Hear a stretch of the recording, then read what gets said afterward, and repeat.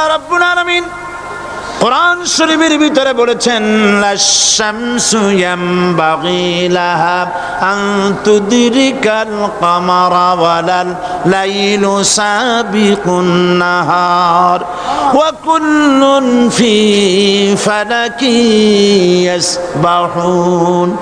প্রবল জ্ঞানী হইবে যাহারা, আপন মনেতে বুঝিবে তাহারা, রাত্রি পারে না আগে যাইবার, দিনের স্থান করি অধিকার।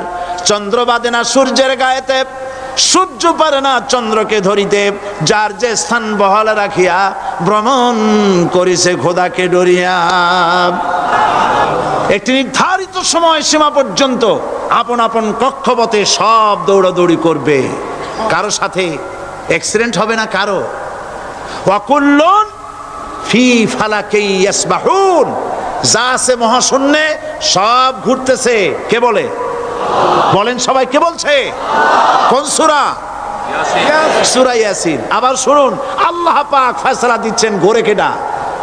শুধু সূর্য ঘোরে না, শুধু চন্দ্র ঘোরে না, আল্লাহ মহাশূন্যে যা রেখেছেন সব ঘুরতেছে, সবই সন্তরণশীল, সব গতিশীল। সুতরাং ফয়সালা তো আল্লাহর কাছ থেকে নিতে হবে। পৃথিবী সৃষ্টি করেছেন, মানব গোষ্ঠী সৃষ্টি করেছেন এবং মানুষের প্রয়োজন মিটিয়েছেন। এই মানুষগুলিকে কে সৃষ্টি করেছে? মানুষ সৃষ্টির ব্যাপারেও দার্শনিকরা মানুষদেরকে বিভ্রান্ত করে। যা কলেজে বিশ্ববিদ্যালয়ে পড়ানো হয়, এই কোরআন শরীফ বিশ্ববিদ্যালয়ে পড়ানো হয়? হ্যাঁ হয়। কয়েকটা আয়াত, কয়েকটা সূরা পরীক্ষায় পাশ করার জন্য একটু একটু অপশনাল রেখে দেওয়া হয়েছে। বর্তমান যে শিক্ষা কমিশন, শামসুল হক শিক্ষা কমিশন রিপোর্ট মন্ত্রী পরিষদে অনুমোদন করেছে বর্তমান সরকার। এই শিক্ষানীতিতে বলা হয়েছে ক্লাস 1 থেকে নিয়ে ক্লাস 5 পর্যন্ত ধর্মীয় শিক্ষা দিতে দেওয়া হবে না। তাহলে ক্লাস 5 পর্যন্ত যদি ধর্মীয় শিক্ষা না থাকে, তাহলে ক্লাস 6-7-এ ওঠার পর আলিফ জাওরা বাজাবর বা আনাকুম জানাকুম ছেলেরা পড়বে? মেয়েরা পড়বে? আসল উদ্দেশ্য হলো ইসলাম থেকে জাতিকে দূরে সরাবার জন্য ষড়যন্ত্র। এই সরকারের প্রণীত শিক্ষানীতি আমরা মানি না। আপনারা মানেন? যেই মাদ্রাসা মানুষের চরিত্র সৃষ্টি করে, বর্তমান সরকার সেই মাদ্রাসাগুলি একটা একটা করে ধ্বংস করার পরিকল্পনা গ্রহণ করেছে। সুতরাং আসল শিক্ষা হলো কোরআনের কাছে। আসল শিক্ষা কোথায়? কোরআনের কাছে। কোরআন যদি শিখানো হতো, কোরআন যদি শিখানো হতো কলেজে বিশ্ববিদ্যালয়, তাহলে গতকাল চট্টগ্রাম বিশ্ববিদ্যালয় থেকে যেসব ছেলেরা বিশ্ববিদ্যালয় কর্তৃপক্ষ কর্তৃক বরাদ্দকৃত, হাইজ্যাক করা নয়, বরাদ্দকৃত 4খানা বাস দিয়ে কোরআন শুনতে আসতে চেয়েছিল, বর্তমান সরকারের তথাকথিত সোনার ছেলেরা আসতে দিল না। কোরআন যদি তারা পড়তো, তাহলে কোরআন শরীফ শুনতে তারাও আসতো। কপাল পোড়া। জোরে বলেন কি? আরো জোরে বলেন কি? কপাল পোড়া। সব ভালো লাগে, কোরআন ভালো লাগে না। এদেরকে শিখানো হয়েছে, আরে তোমরা তো মানুষ না। বলে আমরা কি? তো তোমাদের ডারউইন বাবাজি বলে নাই, শোনো নাই? কি পড়ো টড়ো তোমরা, বুদ্ধি শুদ্ধি রাখো না। ডারউইন বলেছে, থিওরি অফ ইভলিউশনের মধ্যে বলেছেন মানুষ মানুষ না। বলে কি? মানুষ হলো বান্দর। কপাল পোড়া। কি কপালে লেখা থাকে? কাজে কামে প্রকাশ হয়ে যায়। ডারউইন বলল মানুষ মানুষ না। আল ফ্রয়েড বললেন মানুষ হলো মানুষ, মানুষই ঠিক, তবে মানুষ হলো সেক্স সর্বস্ব জীব। সেক্স সমস্যার সমাধান করলে মানুষের সব সমস্যার সমাধান হয়ে যাবে। কার্ল মার্কস বললেন মানুষ হলো পেট সর্বস্ব জীব, পেট সমস্যার সমাধান করে দিলে সব সমস্যা শেষ। আর ডারউইন বললেন মানুষ মানুষই না, মানুষ কি? বলে বান্দর। ওরাং ওটাং শিম্পাজি আর ব্যাং থেকে মানুষের উৎপত্তি হয়েছে। আমি যখন জীবনের প্রথম শিম্পাজি দেখলাম, ওরাং ওটাং দেখলাম, তখন আমি মনে করেছি যে ডারউইন খামোখা ভুল করে নাই। এইটা দেখেই ও মনে করেছে যে এই হচ্ছে আমার মাতামহের গোষ্ঠী। এ হলো পিতামহের গোষ্ঠী। আপনারা একটু মাথা কাটায় চিন্তা করেন, মানুষ যদি বান্দর থেকে হবে, আজও বানর ফরেস্ট এরিয়া আছে কিনা বাংলাদেশে? চিল্লায় বলেন আছে কিনা? তো মানুষ যদি বান্দর থেকেই হবে, আপনারা কি কোনোদিন দেখেছেন যে একটা বান্দরের কোমর পর্যন্ত মানুষের মতো হয়ে সারছে? আর কিছুদিন গেলেই পুরা মানুষ হয়ে যাবে, গলা পর্যন্ত মানুষের মতো হয়ে গেছে, আর কদিন গেলেই মানুষ হয়ে যাবে। দেখছেন কখনো? আচ্ছা আপনারা বলেন, পাবদা মাছ আপনারা চট্টগ্রামে কি বলেন? পাবদাই বলেন। পাবদা মাছ দেখতে কি মাছের মতো লাগে? বোয়াল মাছের মতো। কোন পাগলে কি বলছে কথা যে বোয়ালের পূর্বপুরুষ পাবদা? পাবদাগুলি পুটি টুটি খাইয়া খাইয়া আস্তে আস্তে বোয়াল হয়ে গেছে, এ কথা কেউ বলে? আচ্ছা, শোলের যে ছোট সাইজ, শোল মাছ, গজাল মাছ, এর যে ছোট্ট সাইজ ভর্তা করে খায়, শুটকি বানায় খায়, ওগুলোর কি বলে? টাকি মাছ। এই টাকি মাছ দেখতে শোল মাছের মতো। কেউ পাগলকে আজ পর্যন্ত বলেছে যে শোল মাছের পূর্বপুরুষ টাকি, টাকিগুলা সার মার খাইয়া আস্তে আস্তে শৌলে পরিণত হয়ে গেছে? কেউ বলেছে কখনো? ডারউইন কয় বোতল খাইয়া যে এই মতবাদ লিখছে আল্লাহই ভালো জানে, যে বান্দরের থেকে মানুষ আবিষ্কার হয়েছে। নাউজুবিল্লাহ। এগুলি পড়ানো হয় কলেজে, বিশ্ববিদ্যালয়, তাই আমাদের সোনার ছেলেরা বান্দরামি করে। ওদের যদি পড়ানো হইতো তোমরা বান্দরের গোষ্ঠী নও, তোমরা মানুষ, মর্যাদা কার বেশি, বান্দরের না মানুষের? এ পৃথিবীর প্রথম মানুষকে আদম আলাইহিস সালাম। আদম হইছেন কি দিয়ে? মাটি দিয়ে। আল্লাহ রাব্বুল আলামিন যিনি মানুষ সৃষ্টি করেছেন, তিনি কোরআন শরীফের ভিতরে বলে দিয়েছেন, আমি প্রথমেই বলেছি, আপনারা লক্ষ্য করুন, এই কোরআন তাবিজের কিতাব নয়, এই কোরআন তদবিরের কিতাব নয়, ঝাড়ফুঁকের কিতাব নয়। কোরআন হলো পৃথিবীর মানুষের জন্য কোড অফ লাইফ, পূর্ণাঙ্গ জীবন বিধান। সব কিছু আল্লাহ পাক কোরআনের ভিতরে বলে দিয়েছেন, কোনো জিনিস বাদ দেন নাই। আপনি আমি কেমনে সৃষ্টি হয়েছি আল্লাহ পাক কোরআনের ভিতরে বলেছেন, ইন্না খালাকনাকুম মিন তুরাবিন সুম্মা মিন নুতফাতিন সুম্মা মিন আলাকাতিন সুম্মা মিন মুদগা। নিষ্প্রাণ মাটি দিয়ে তোমাকে উৎপন্ন করা হয়েছে, নিষ্প্রাণ মাটির উপাদান দিয়ে তোমাকে তৈরি করা হলো। মায়ের পেটের ভিতরে এক ফোঁটা নাপাক পানি জমাট রক্তে পরিণত হয়ে গেল, জমাট রক্ত আস্তে করে গোস্ত পিণ্ড হলো, গোস্ত পিণ্ডকে সুন্দর করে সাজায়া হাড্ডি গুড্ডি বানায়া স্ট্রাকচার তৈরি করে তার উপরে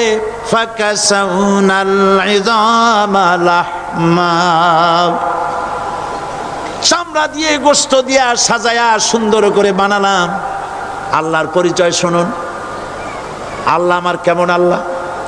মায়ের পেটের ভিতরে সন্তান বানায়া এরপরে যখন রূহ দেওয়া হয়েছে, ক্ষুধা লেগেছে, খাবারের প্রয়োজন হয়েছে, আল্লাহ রাব্বুল আলামিন ওই কচি বান্দা মায়ের পেটে বসে কি খাবে, সেজন্য তার মা চিন্তা করে নাই, বাবা চিন্তা করে নাই, সরকার চিন্তা করে নাই।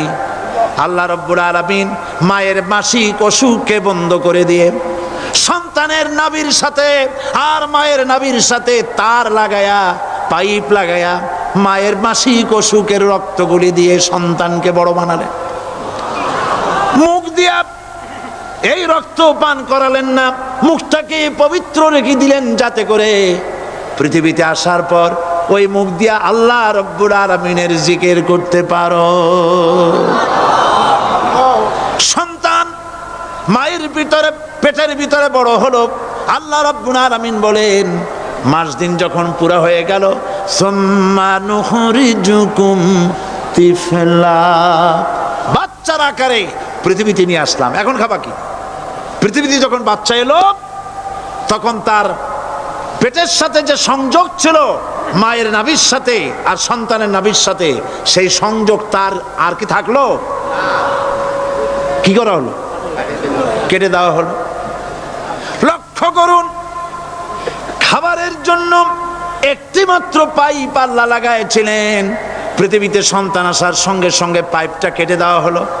এবার কি খাবে? আল্লাহ রাব্বুল আলামিন মায়ের বুক থেকে সন্তানের জন্য এবার সিঙ্গেল সিগন্যাল, তার জন্য সিঙ্গেল কোন লাইন যেটা ছিল কেটে দিয়া মায়ের বুক থেকে সন্তানের জন্য ডাবল লাইন আল্লাহ চালু করে দিলেন। এমন দুধ বানায় দিলেন যা শুধু খাবার নয়, শুধু ফুড ভ্যালু নয়, এই দুধের ভিতরে ক্যালসিয়াম, এর মধ্যে ভিটামিন, এর মধ্যে আয়রন, এর মধ্যে মেডিসিন। দুনিয়ার এই সন্তান ছিল ফি কারারিম মাকিন, সুরক্ষিত জায়গার ভিতরে ছিল। কোনো পলিউশন সেখানে যেতে পারতো না, রোগের জার্ম সেখানে যেতে পারতো না। দুনিয়ায় এলো দূষিত আবহাওয়ার ভিতরে। এই সন্তানকে এখনই অ্যান্টিবায়োটিক খাওয়ালে পরে অসুবিধা হবে। আল্লাহ রাব্বুল আলামিন মায়ের দুধের ভিতরে ঔষধ দিয়া রোগের প্রতিষেধক বানায়া দিলেন। এ হলো আমার আল্লাহ। এ আমার কে? আল্লাহ। জোরে বলেন আল্লাহ। আল্লাহ আল্লাহ রাব্বুল আলামিন মায়ের দুধ দিয়ে সন্তানকে বড় করলেন আর শোনায় দিলেন, খবরদার এই মায়ের সাথে, এই বাপের সাথে নাফরমানি করবি না। মা বাপের জন্য আমার কাছে দোয়া করবে, রব্বির হামহুমা কামা রাব্বায়ানি সগীরা। সবাই পড়েন আমার সাথে, রব্বির হামহুমা কামা রাব্বায়ানি সগীরা। আল্লাহ পাক শিখাই দিলেন বান্দারে আমার কাছে দোয়া করায়, আল্লাহ আমার মা বাপ আমাকে ছোটবেলায় যেভাবে স্নেহের কোলে লালন পালন করেছে, এইভাবে আমার মা বাপদের তোমার রহমতের কোলে লালন পালন করো। মনে থাকবে ভাইরা? বলেন মনে থাকবে? প্রত্যেক নামাজের পরে মা বাবার জন্য দোয়া করবেন, বেঁচে থাকুক আর মরে যাক, দোয়া করবেনই। মনে থাকবে? রব্বির হামহুমা কামা রাব্বায়ানি সগীরা। আবার পড়েন, রব্বির হামহুমা কামা রাব্বায়ানি সগীরা। আল্লাহ পাক মায়ের মর্যাদা এত বাড়াইছেন, সাহাবী প্রশ্ন করেছে, ইয়া রাসূলুল্লাহ খেদমত করব কার? হুজুর বলেন তোমার মায়ের, তারপরে কার? তোমার মায়ের, তারপরে কার? তোমার মায়ের, তারপরে কার? তোমার পিতার। বাপের চাইতে মায়ের মর্যাদা আল্লাহ 3 গুণ বাড়াইয়া দিলেন, 3 গুণ বৃদ্ধি করে দিলেন। হাদিস শরীফে এসেছে, হযরত আবী হুরায়রা রাদিয়াল্লাহু তাআলা আনহু রাসূলের কাছে এসে রাতের বেলায় কাঁদতেছিলেন। হুজুর প্রশ্ন করলেন, আবু হুরায়রা কাঁদো কেন? হযরত আবু হুরায়রা বলছেন, হুজুর মা আমাকে মেরেছে। তিনি প্রশ্ন করলেন, আচ্ছা মা তোমারে মারলো কেন? তুমি কি কোনো বেয়াদবি করছো? তিনি বললেন না। তবে মারলো কেন? হযরত আবু হুরায়রা বলেন, ইয়া রাসূলুল্লাহ আপনার খেদমত থেকে বাড়ি ফিরতে আমার দেরি হয়ে গিয়েছিল। গভীর রাত্রে যখন বাড়ি গেছি, মা আমাকে প্রশ্ন করলেন, বাবা দেরি হলো কেন, কোথায় ছিলি? তাম পৃথিবীর মানুষ যেই কদম মোবারক চুমু দিতে পারলে ধন্য হয়ে যায়, সেই আখিরি জামানার পয়গম্বর নবী মুহাম্মদ রাসূলুল্লাহ সাল্লাল্লাহু আলাইহি সাল্লামের দরবার থেকে আসতে আমার দেরি হয়ে গেছে। ইয়া রাসূলুল্লাহ আমার মা আপনার নাম শুনে তার গা জ্বলে উঠল, তিনি কাফের মুশরিকা। আপনার নাম শুনে অগ্নি শর্মা হয়ে আমাকে ধরে পিটানো আরম্ভ করলেন আর বললেন, আবু হুরায়রা হয় মুহাম্মদ সাল্লাল্লাহু আলাইহি সাল্লামের বাড়ি ছাড়বি, নইলে আমার বাড়ি ছাড়বি, কি করবি বল।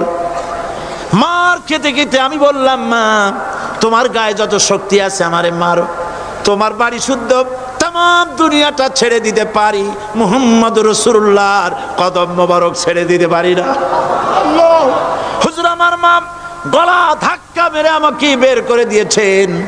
হুজুর বলছেন, আবু হুরায়রা মা তোমাকে মেরেছে আর আমার কাছে নালিশ করছো, আমি তোমার মায়ের কোনো বিচার করতে পারবো না।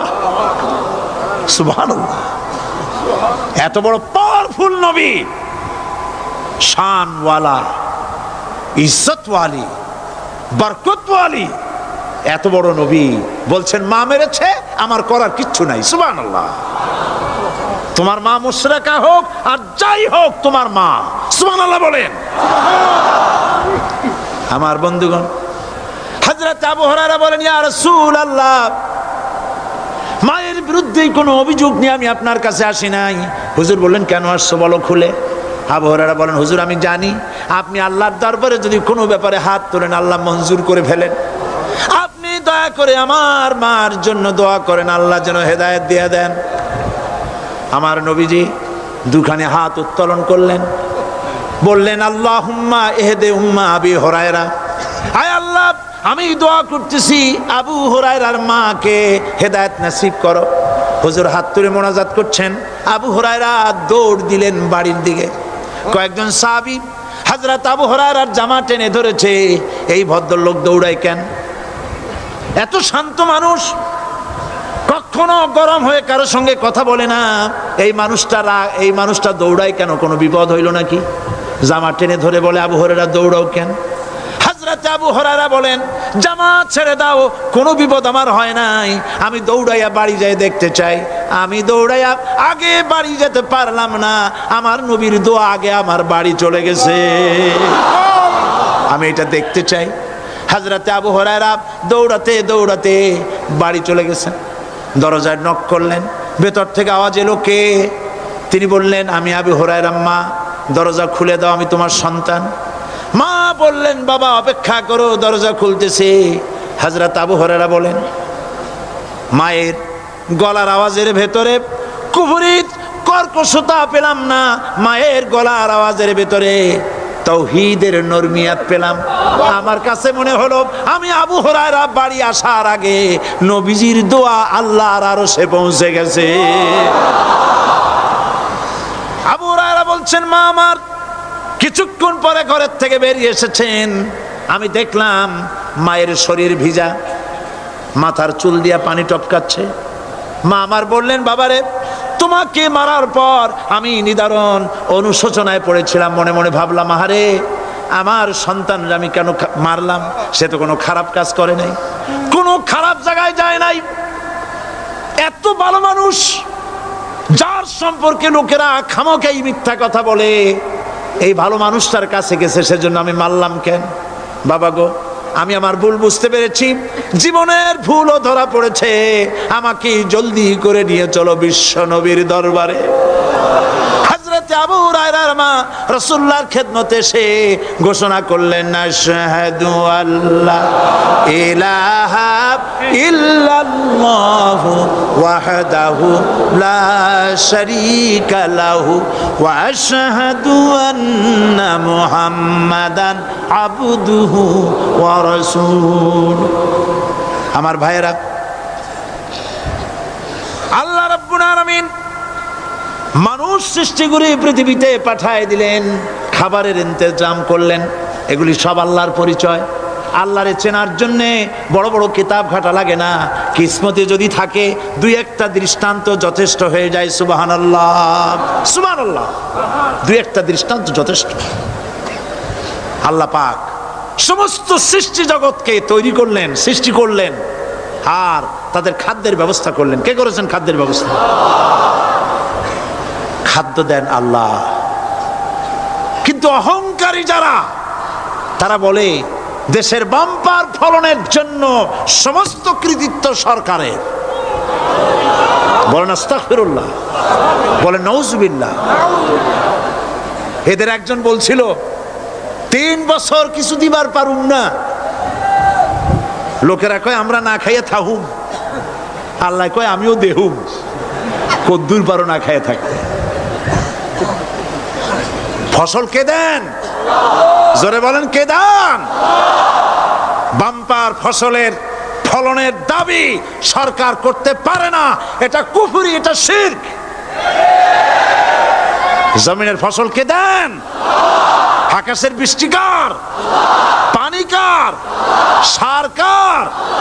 সব আল্লাহ পাক। আল্লাহ পাক কোরআন শরীফে বলেছেন, লা ইন শাকারতুম লাযীদান্নাকুম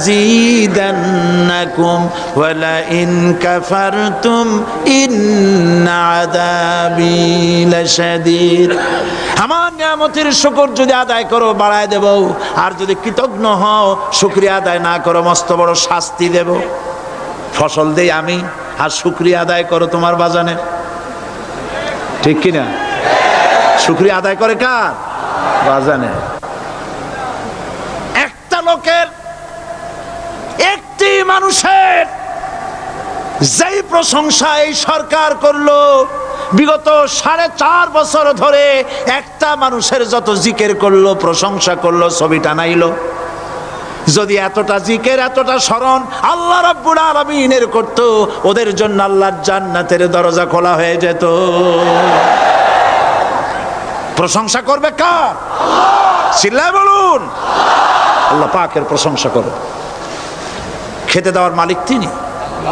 আল্লাহ পাক বলছেন আল্লাহকে, তার পরিচয় আল্লাহ তুলে ধরেছেন, ওয়ামা মিন দাব্বাতিন ফিল আরদি ইল্লা আলাল্লাহি রিজকুহা।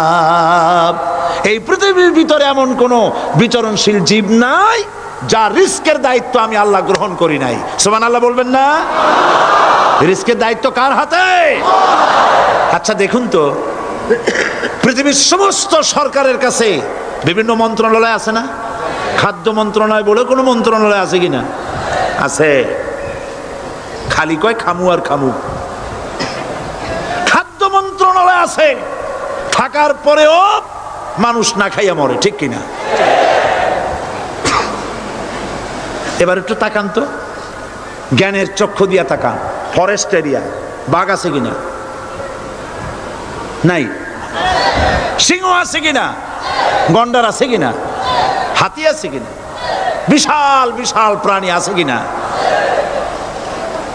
জঙ্গলে ছোট্ট প্রাণী থেকে, পোকা থেকে শুরু করে গন্ডার পর্যন্ত, টুনটুনি পাখি দিয়ে শুরু করে ঈগল পাখি পর্যন্ত, নদীর ভিতরে ছোট্ট চুনু পুঁটি থেকে শুরু করে তিমি মাছ পর্যন্ত। প্রাণী তত্ত্ববিদরা বলেছেন সমুদ্রের ভিতরে এমন এমন বড় বড় তিমি আছে যে একটা তিমির ওজন 5000 টন পর্যন্ত হয়ে যায়। 5000 টন তিমিটার ওজন। এর যখন বাচ্চা হয় তখন বাচ্চার দৈনিক দুধ লাগে 50 থেকে 60 মণ পর্যন্ত। কে ব্যবস্থা করে? রুহান মান ফেরেশতা। তো ওর মা যেমন বাচ্চা তো সেরকম হবে, ঠিক কিনা? কে দেয় খাবার? এবার দেখেন তো, আপনার দেশের এই জঙ্গলে কত হাতি আছে। হাতিরা মিছিল করে আসছে যে আল্লাহ আমাদের এখন আর খাইতে যেতে দিতে পারে না, বাংলাদেশের গভর্নমেন্ট কিছু দাও।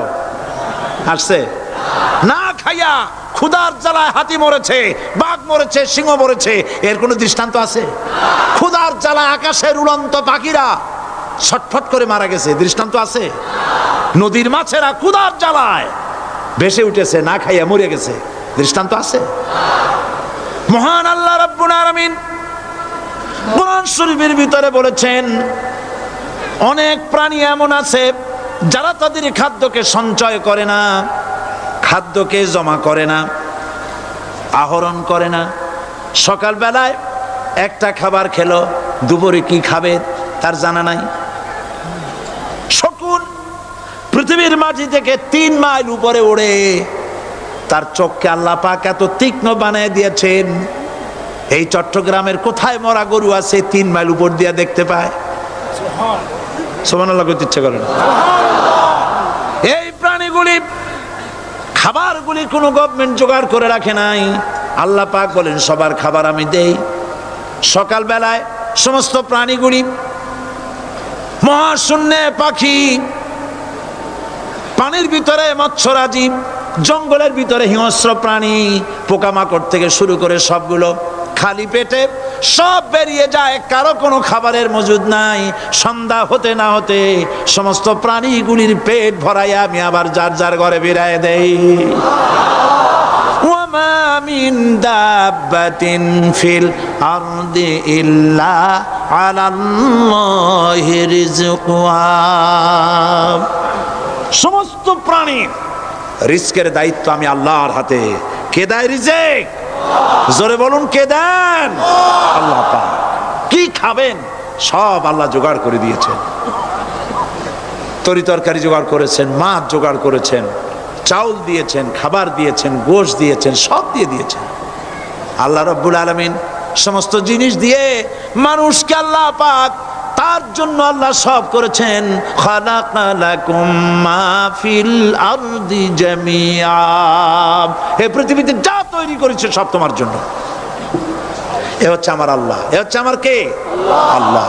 সে আল্লাহ পাক বলছেন, আল্লাহর পরিচয়, তিনি স্রষ্টা, তিনি রিজেক দাতা। এবার আইনদাতা কে? আইনদাতা কে? আরো জোরে বলুন। আইনদাতা আল্লাহ হচ্ছে আল্লাহর পরিচয়। ইনিল হুকমু ইল্লা লিল্লাহ আলা লাহুল খালকু ওয়াল আমর। সৃষ্টি যার, আইন চলবে তার। আমার দেশে আল্লাহর আইন চলছে? আমাদের দেশের কল কারখানা, ক্ষেত খামার, অফিস আদালত আল্লাহর আইন অনুযায়ী চলে? চলে না। বরং আল্লাহর আইনকে মুছে ফেলার জন্য, নিজেদের আইন সৃষ্টি করার জন্য প্রচেষ্টা চালানো হচ্ছে। আল্লাহর আইন মানুষের জন্য সব থেকে বেশি উপযোগী, কারণ সৃষ্টি করেছেন কে? বলেন, কে করেছেন? আল্লাহ।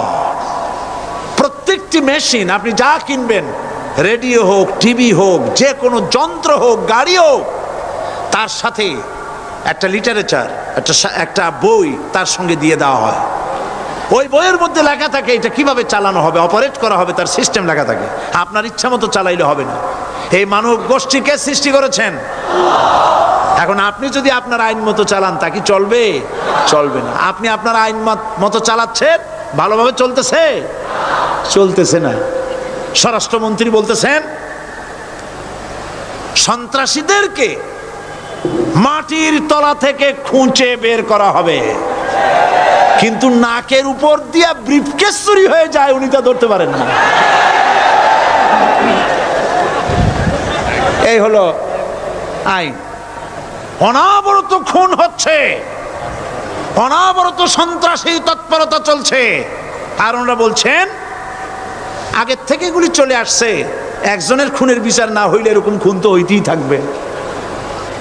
তাহলে খুনকে, হত্যাকে, সন্ত্রাসকে সরকার জাস্টিফাইড করছেন। নাউজুবিল্লাহি মিন যালিক। এই জন্য আইন হতে হবে আল্লাহর। আইন হতে হবে কার? চিল্লায় বলেন, আল্লাহ পাকের আইন হতে হবে। আমি একদিন পার্লামেন্টে বলেছিলাম, আমার দেশের নেতা নেত্রীরা বারবার হজ করতে যান, উমরা করতে যান, সেখান থেকে আসার সময় কি আনেন? আতর, পাথর, সুরমা আর খুরমা, এই কিছু নিয়ে আসলেন। কিন্তু আমি বলেছি, আপনারা কি কিছু চোখে দেখেন না? পার্লামেন্টে এইভাবে বক্তৃতা করেছে, কিছু চোখে দেখেন না? আমি প্রশ্ন করে আমি আবার জবাব দিচ্ছি, আপনারা যারা হজ করতে যান, উমরা করতে যান, হজের কথাই ধরি, এই হজ করতে যখন যান তখন মুজদালিফায় একটা রাত কাটাইতে হয়। সেটা কোন দিন? ইয়াউমে আরাফার পরের দিন। এই মাঠে দালান কোঠা আছে, এখানে বেড়া আছে, শামিয়ানা আছে, পর্দা আছে, তাবু আছে, কিচ্ছু নাই। লক্ষ লক্ষ নারী আর পুরুষ পাশাপাশি শুয়ে থাকে, তাও সুবহানাল্লাহ কইতে ইচ্ছা করে না।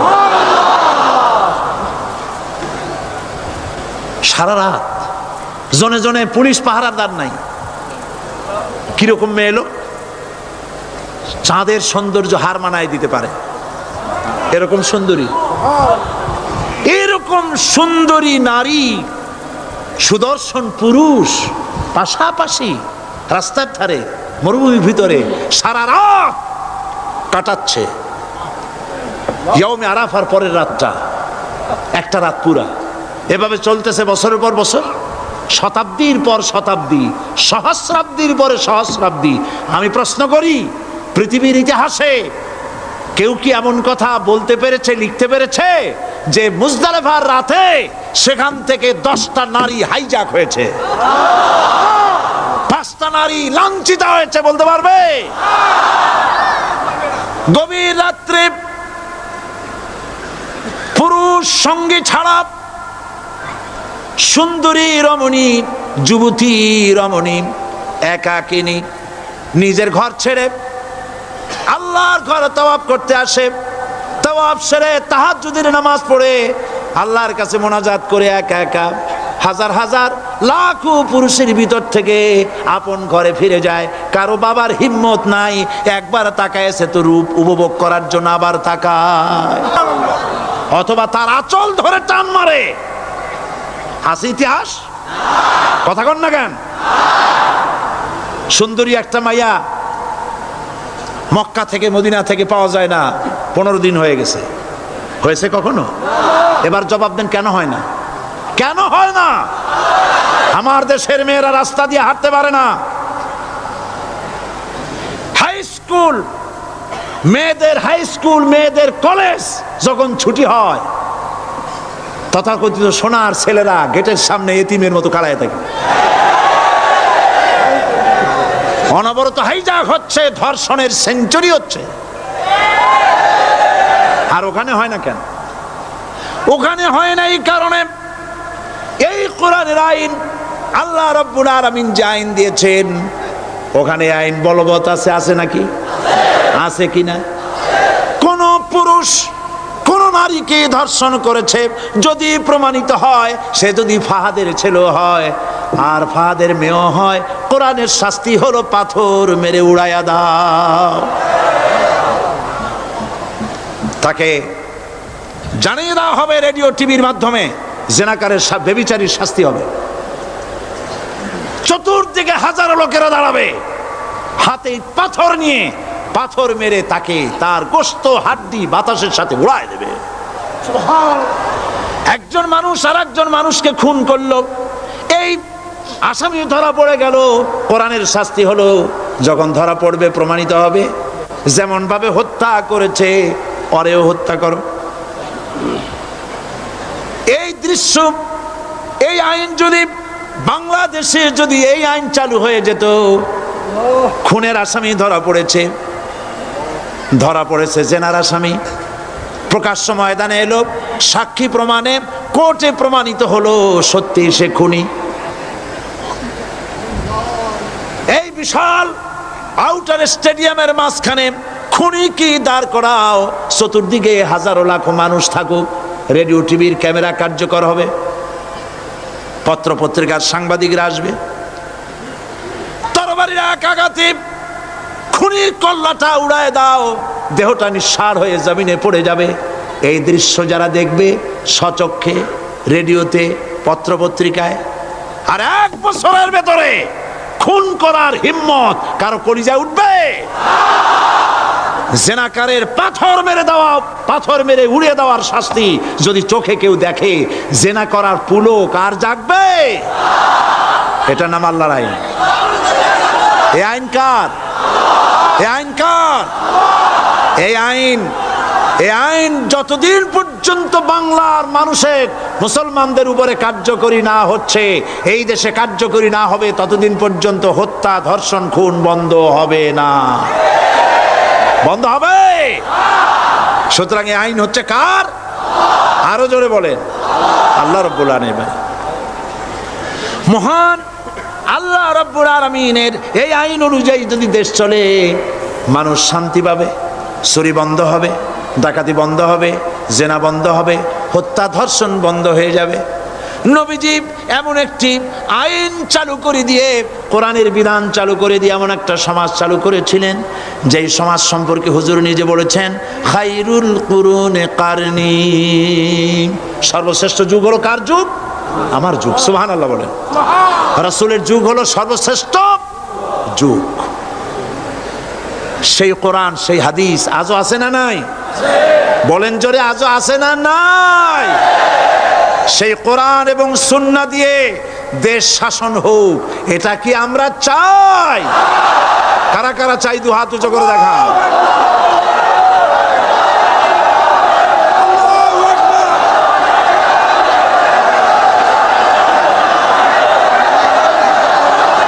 আরে ভাই আপনারা দাঁড়ায় গেলেন কেন? বসেন বসেন। আমি তো একটা স্লোগান দিতে বললাম, হাত দেখতে চাইছি আমি, মাথা দেখতে চাই নাই। এই সুযোগে কোমরটা সোজা করে নিলেন। আচ্ছা বসেন, আর মহব্বতের সাথে জিকির করেন লা ইলাহা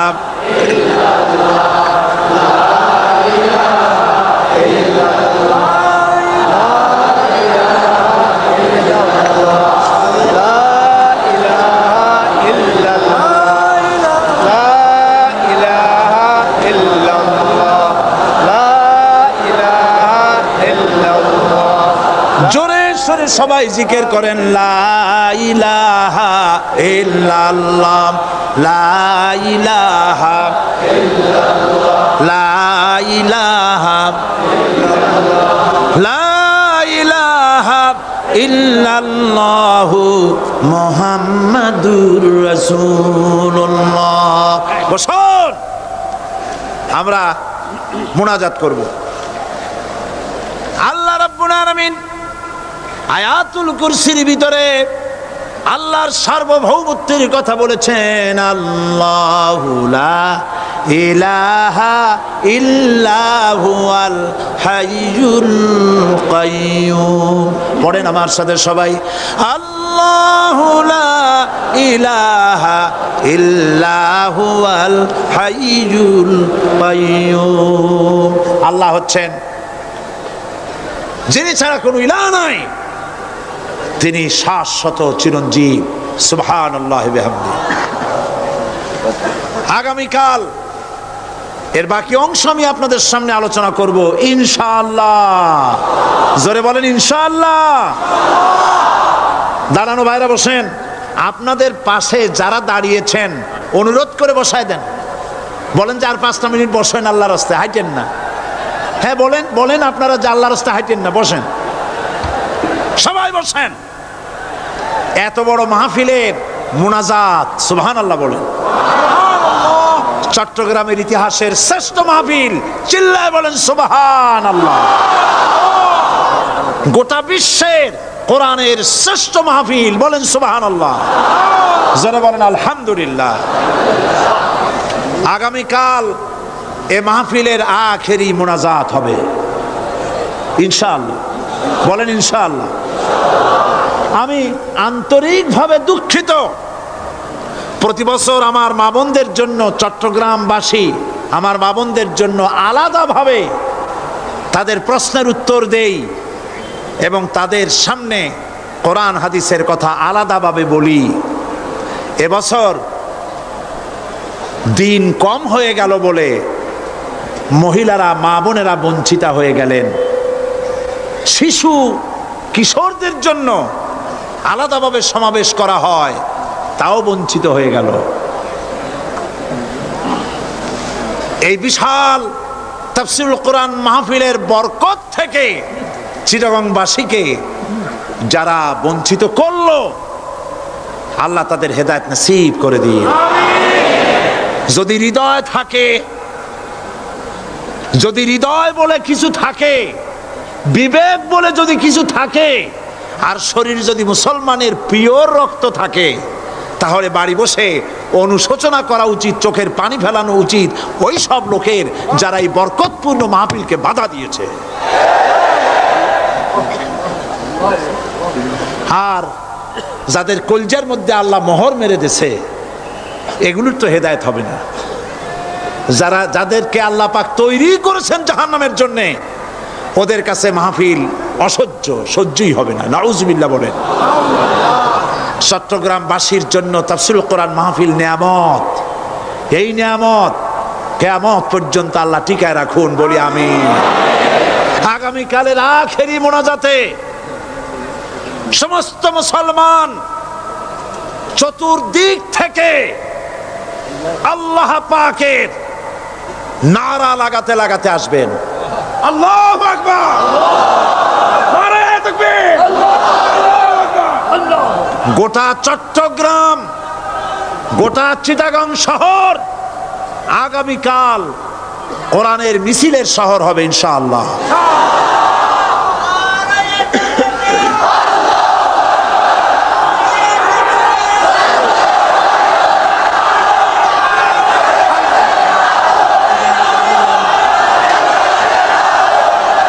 সকল ধন এবং সম্পদের মূল মালিক হচ্ছেন আল্লাহ পাক। সমস্ত ধন সম্পদের মালিক কে? আল্লাহ সুবহানাহু ওয়া তাআলা। কোরআনে কারীম বলছে, লিল্লাহি মা ফিস সামাওয়াতি ওয়া মা ফিল আরদ। আকাশ এবং জমিনের ভিতরে যা কিছু আছে সব কিছুর মালিকানা কার? জোরে বলেন কার? আল্লাহ রাব্বুল আলামিন হচ্ছেন এর একচ্ছত্র মালিক। সুতরাং বান্দাদের কাছে কিছুদিনের জন্য এগুলিকে আমানত রাখা হয়েছে।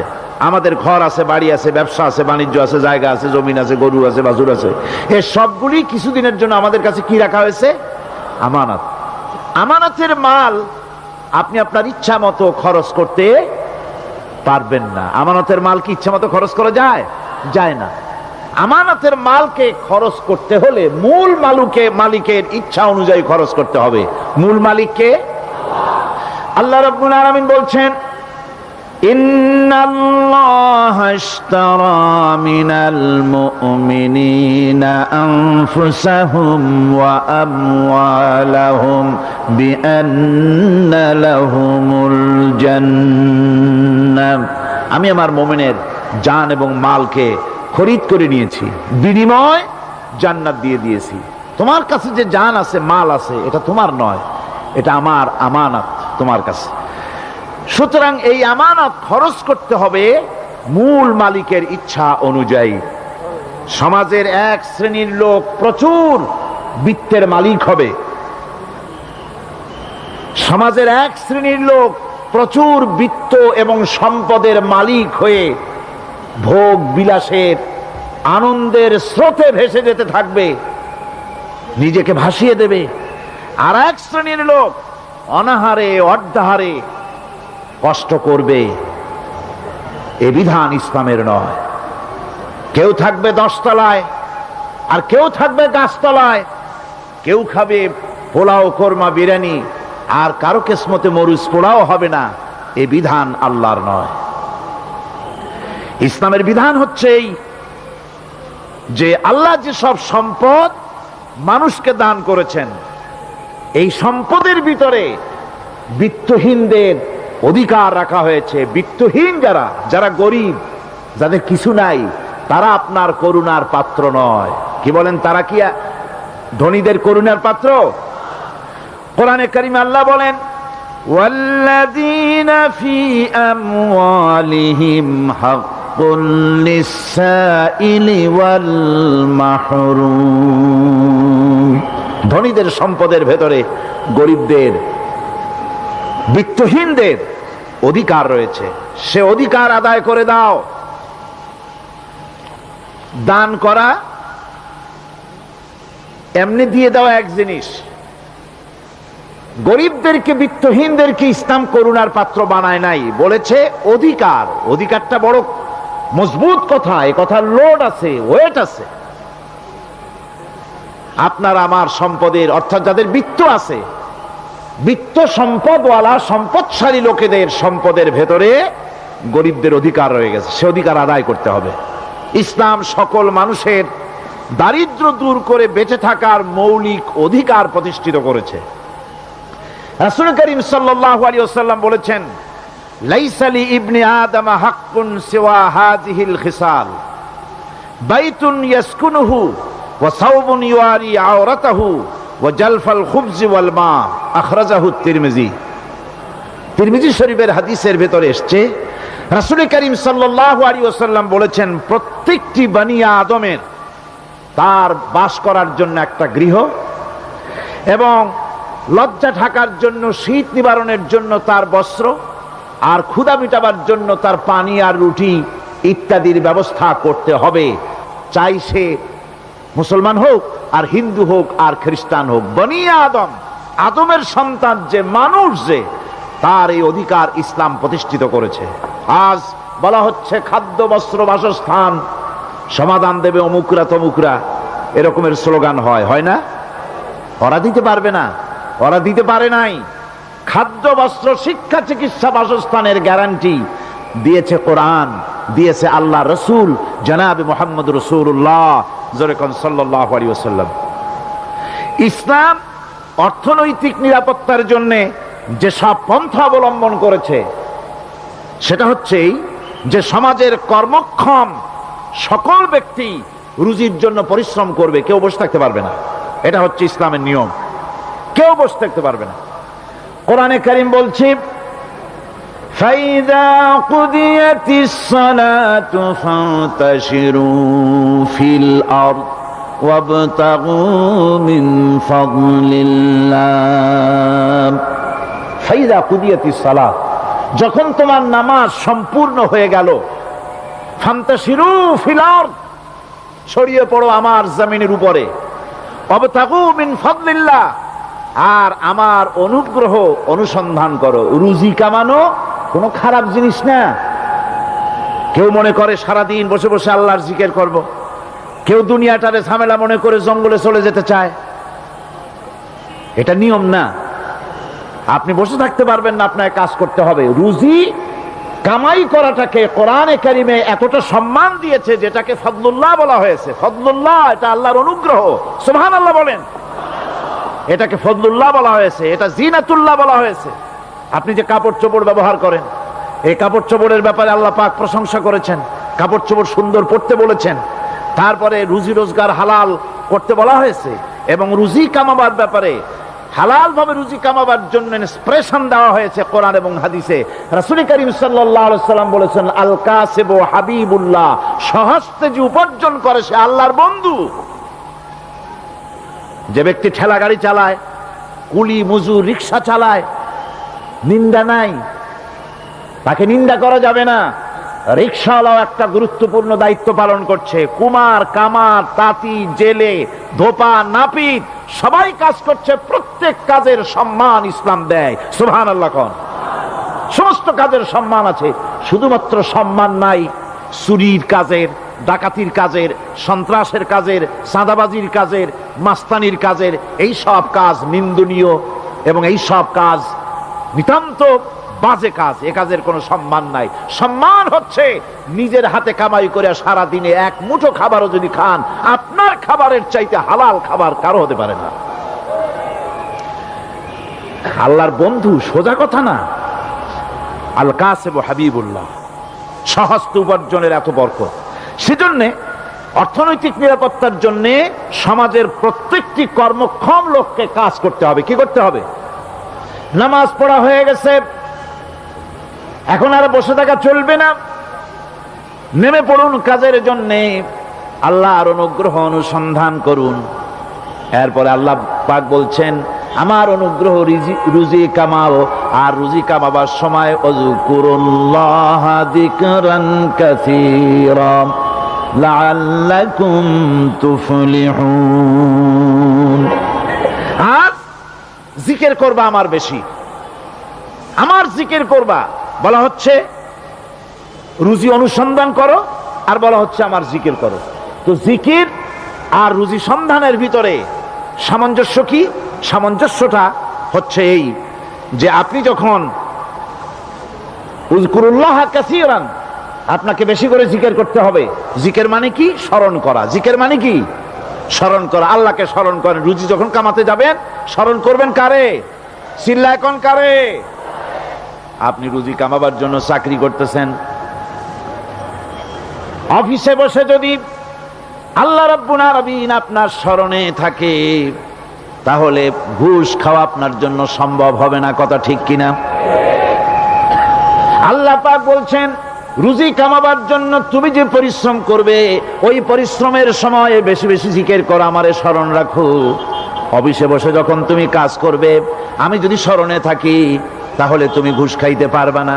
তুমি জমিন চাষ করবে, জমিন চাষ করার সময় আমি যদি তোমার স্মরণে থাকি, জমিনের আইল ঠেলা তোমার পক্ষে সম্ভব হবে না। যত রকমের রুজি রোজগারের পথ আছে, আমাকে স্মরণ করো, খারাপ পথ থেকে বাঁচো, হালাল ভাবে রুজি কামাও। হালাল রুজির ভিতরে আল্লাহ রব্বুল আলামিন বরকত দিয়া দিবেন। আর কাজ করার জন্য বলা হয়েছে। রাসূল করিম সাল্লাল্লাহু আলাইহি ওয়াসাল্লাম বলেছেন, ইজা সাল্লাইতুমুল ফাজরা ফালা তানুমু আন তালবি আরযাকিকুম। ফজরের নামাজ পড়া হয়ে গেছে, ঘুমায়ও না। আমাদের একটা আম অভ্যাস হয়ে গেছে ফজরের নামাজ পড়ে ঘুমানো। হাদিস শরীফে বলা হচ্ছে, ফজরের নামাজ পড়া হয়ে গেছে, ঘুমায়ও না। রুজি তালাশ করো, রিজিক তালাশ করো, নিজের সাহায্য করো, অন্যকে সাহায্য করো, নিজের সংসারের জন্য কাজ করো, অন্যের জন্যও করো। হালাল ভাবে রুজি কামাই করে বউকে একটা ব্লাউজ কিনে দিয়েছেন, একটা শাড়ি কিনে দিয়েছেন, বাচ্চাকে ক্লাসের বই কিনে দিয়েছেন, বাজার থেকে মাছ তরিতরকারি কিনে। অক্ষম ব্যক্তিদেরকে সহযোগিতা করবে, যারা নাকি উপার্জন করতে পারে না, ওই জাতীয় লোকদেরকে তারা সহযোগিতা করবে। ওয়াকফুলু গানিয়ুহুম ফাকিরাহুম, সেই সমাজের যারা নাকি সামর্থ্যবান তারা রোজগার করবে এবং গরিবদেরকে সহযোগিতা করবে। আল্লাহর নবী বলেছেন, সে ব্যক্তি মুমিন নয়, সে ব্যক্তি মুমিন নয়, সেই ব্যক্তি মুমিন নয়। সাহাবায়ে কিরাম হতচকিত হয়ে উঠলেন, প্রশ্ন করলেন, নবীজি কোন ব্যক্তি মুমিন নয়? আল্লাহর নবী বলেন, যেই ব্যক্তি পেট পুরে আরাম করে ঘুমায় গেল এ কথা জানার পর, যে তার প্রতিবেশী না খেয়ে শুয়ে আছে, ক্ষুধার যন্ত্রণায় কাতরাচ্ছে, এ কথা জানার পরে যেই মুসলমান ব্যক্তি আরাম করে পেট ভরে খেয়ে ঘুমায়, সে কখনো মুমিনের দাবি করতে পারে না, মুমিন হতে পারে না। কত বড় কথা! ইসলাম মানুষকে তাগিদ করেছে তার প্রতিবেশীর উপরে লক্ষ্য রাখার জন্য, তার প্রতিবেশীকে লক্ষ্য রাখার জন্য, গরিব মানুষের প্রতি লক্ষ্য রাখার জন্য। রাসূল করিম সাল্লাল্লাহু আলাইহি ওয়াসাল্লাম বলছেন, আইয়ু রাজুলিন মাতা দিয়ান বাইনা আগনিয়ায় ফাকাদ বারিয়াত মিনহুম জিম্মাতুল্লাহি ওয়া রাসূলি। আল্লাহর নবী বলেন, কোন ধনী ব্যক্তিদের মাঝে কোন গরিব প্রতিবেশী যদি না খেয়ে মারা যায়, তাহলে ওই এলাকার বিত্তশালী লোকদের সাথে আল্লাহর সমস্ত সম্পর্ক, রসুলের সব সম্পর্ক ছিন্ন হয়ে যায়। কে বলতে পেরেছে এত বড় কথা? মানুষের অর্থনৈতিক নিরাপত্তার জন্য কত বড় কথা বলেছে ইসলাম, বলেছে বিশ্বনবী জনাবে মুহাম্মদ রাসূলুল্লাহ সাল্লাল্লাহু আলাইহি ওয়াসাল্লাম। আল্লাহ রাব্বুল আলামিন বলেন, ধনীদের হাতে যেন সম্পদগুলি পুঞ্জীভূত হয়ে না যায়, কাইলা ইয়াকুনা দুলাতাম বাইনাল আগনিয়াই মিনকুম। তোমাদের ধনীদের হাতে যেন সম্পদগুলি, সমাজের সম্পদগুলি যেন পুঞ্জীভূত না হয়, সেগুলি বরং ছড়িয়ে আস্তে করে যেন সমস্ত গরিব যেন সাধারণের কাছে যেতে পারে, সে ব্যবস্থা করতে হবে। যাকাত প্রদানের মাধ্যমে ধনীদের কাছ থেকে নিয়ে গরিবদেরকে দিয়ে দিতে হবে। আর বুখারী শরীফের সারা ফাথুল বারীতে হাফেজ ইবনে হাজার আসকালানী রাহিমাহুল্লাহ তিনি বলেছেন, যাকাত যদি ধনীরা না দেয়, যদি কেউ দিতে বাধা দেয়, ফামানিমতানা উখিযাত বিহি কাহরাম, যদি যাকাত না দেয় জবরদস্তি করে যাকাত আদায় করে নিবে গভর্নমেন্ট। যাকাত দিতেই হবে। মুনকিরিনে যাকাত, যারা যাকাত দিতে অস্বীকার করেছিল, হযরতে সিদ্দিক আকবর, হযরতে আবু বকর সিদ্দিক রাদিয়াল্লাহু তাআলা আনহু, তিনি তাদের সম্পর্কে বলেছিলেন, ওয়াল্লাহি লাউ কাতিলান্না মান ফাররাকা বাইনাস সালাতি ওয়াজ যাকাত, অবশ্যই আমি ওই সম্প্রদায়ের লোকের বিরুদ্ধে যুদ্ধ ঘোষণা করব যারা নামাজ আর যাকাতের মধ্যে পার্থক্য সূচিত করবে। যারা নামাজ তো পড়বে কিন্তু যাকাত দিবে না সরকারের কাছে, যাকাত আদায় করবে না, তাদের বিরুদ্ধে যুদ্ধ ঘোষণা করব। ইসলামী সরকার যদি প্রতিষ্ঠিত হয়, তাহলে এই যাকাত আদায় করা হবে।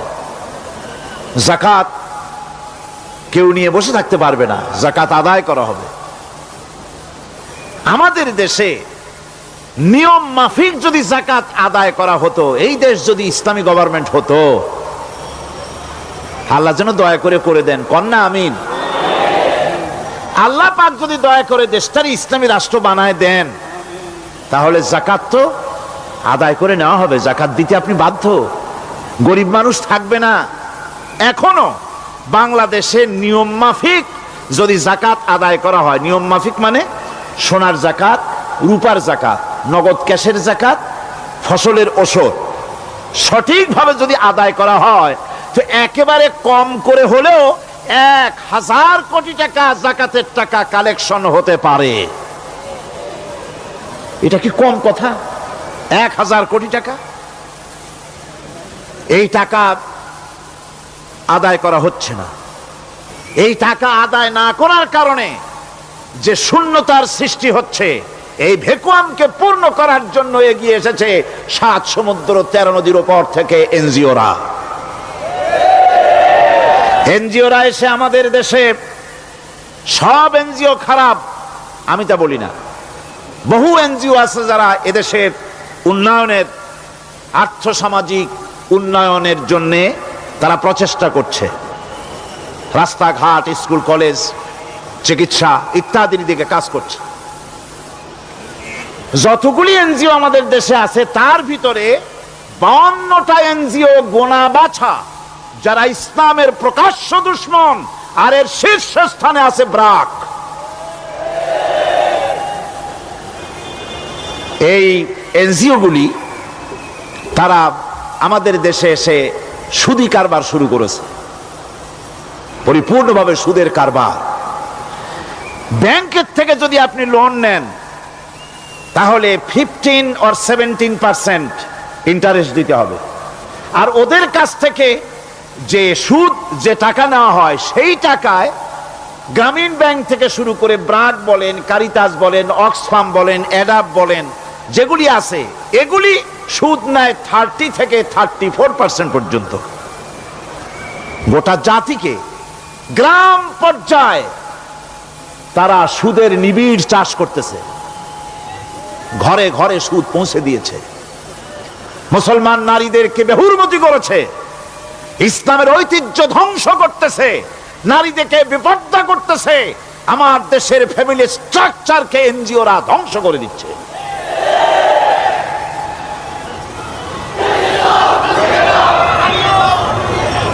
সুতরাং এনজিওরা এই সুযোগটা পেত না। যদি যাকাত কালেকশন করা হতো, আর যাকাত দিয়ে, যাকাত যে সব জায়গায় খরচ করতে হয়, সেই খরচ করার জায়গাগুলিতে সঠিকভাবে যদি ব্যয় করা হতো, এই অবস্থা হতো না। বাংলাদেশে সম্পদের অভাব নাই।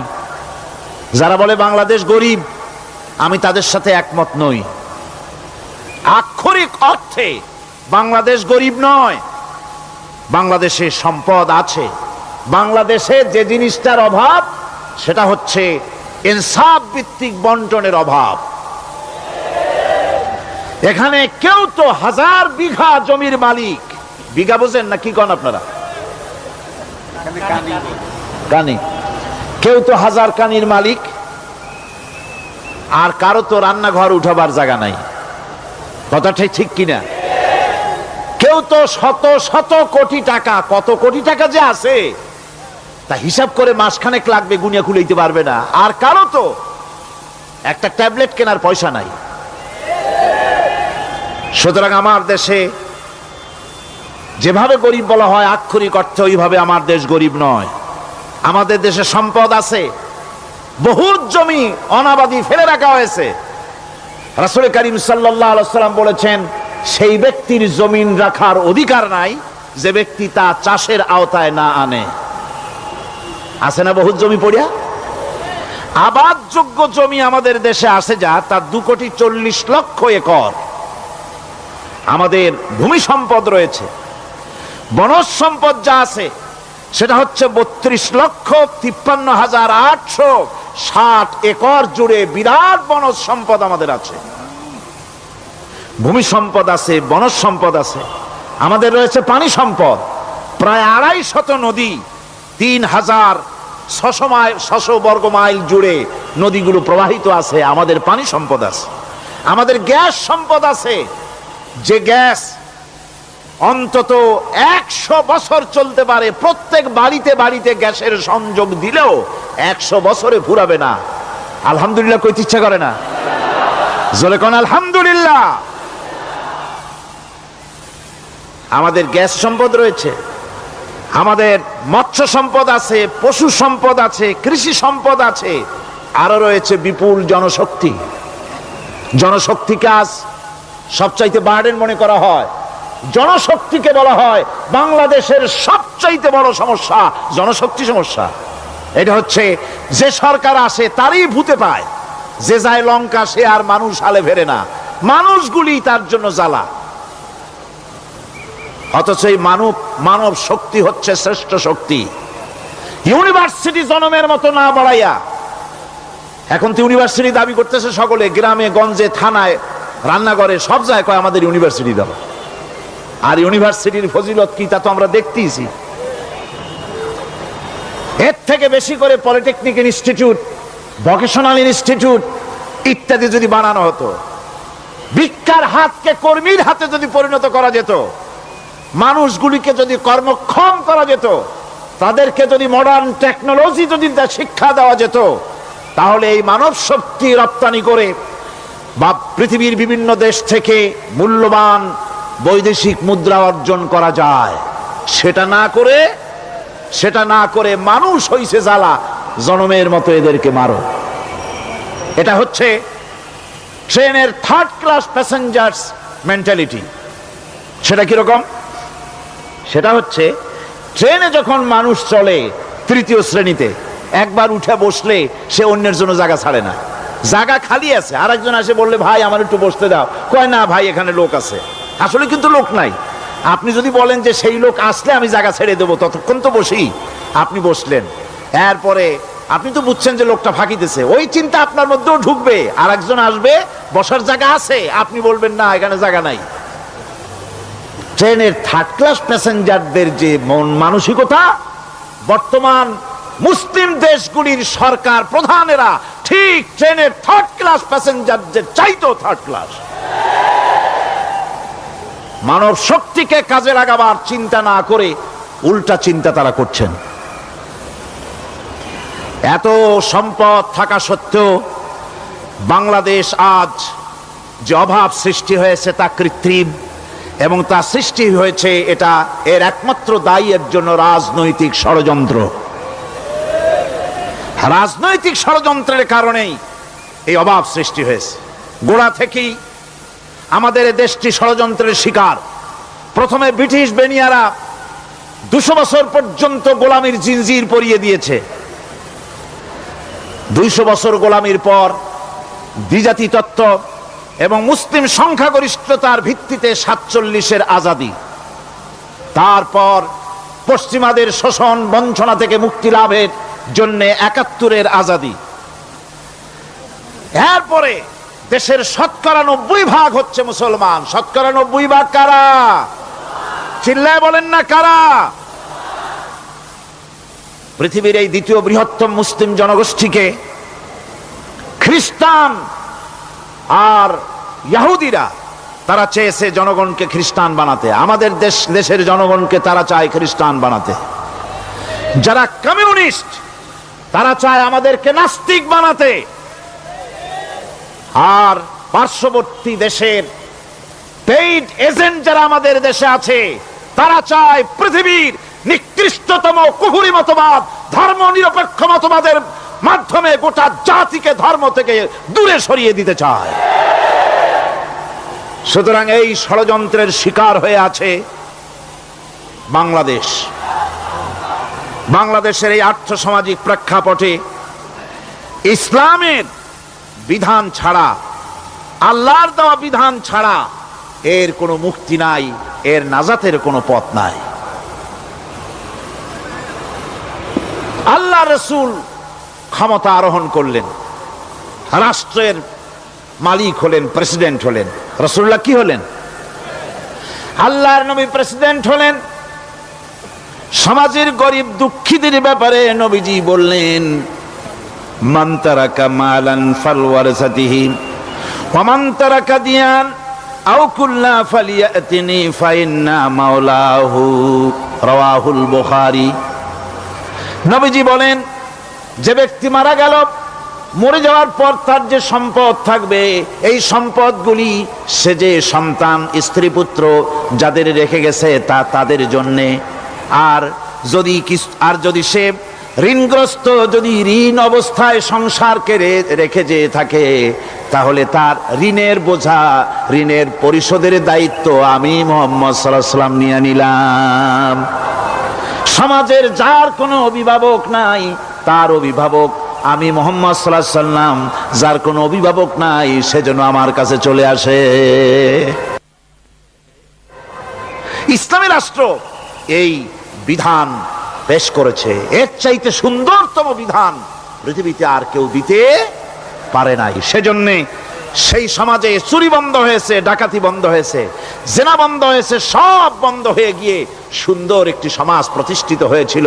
আর রাসূল বলেছিলেন, খাইরুল কুরুনে কারনি, সর্বশ্রেষ্ঠ যুগ হলো আমার যুগ। সুবহানাল্লাহি বিহামদিহি। মানুষ দরজা খুলে ঘুমায়েছে, কারো ক্ষুধার কষ্ট নাই, পড়ার কষ্ট নাই, খাবারের চিন্তা নাই, চুরি ডাকাতির ভয় নাই, ভয় মুক্ত। ওই যে গতকাল বলেছিলাম, যেমন একটা সমাজ আসবে, খাব্বাব চিন্তা করো না, আমি কসম করছি এমন একটা সমাজ প্রতিষ্ঠিত হবে যেই সমাজে চুরি ডাকাতি জেনা ব্যভিচার হত্যা ধর্ষণ কোনো ভয় থাকবে না। লা ইয়াখাফু ইল্লাল্লাহ, আল্লাহ ছাড়া কারো কোনো ভয়, মনের ভিতরে ভয় থাকবে না।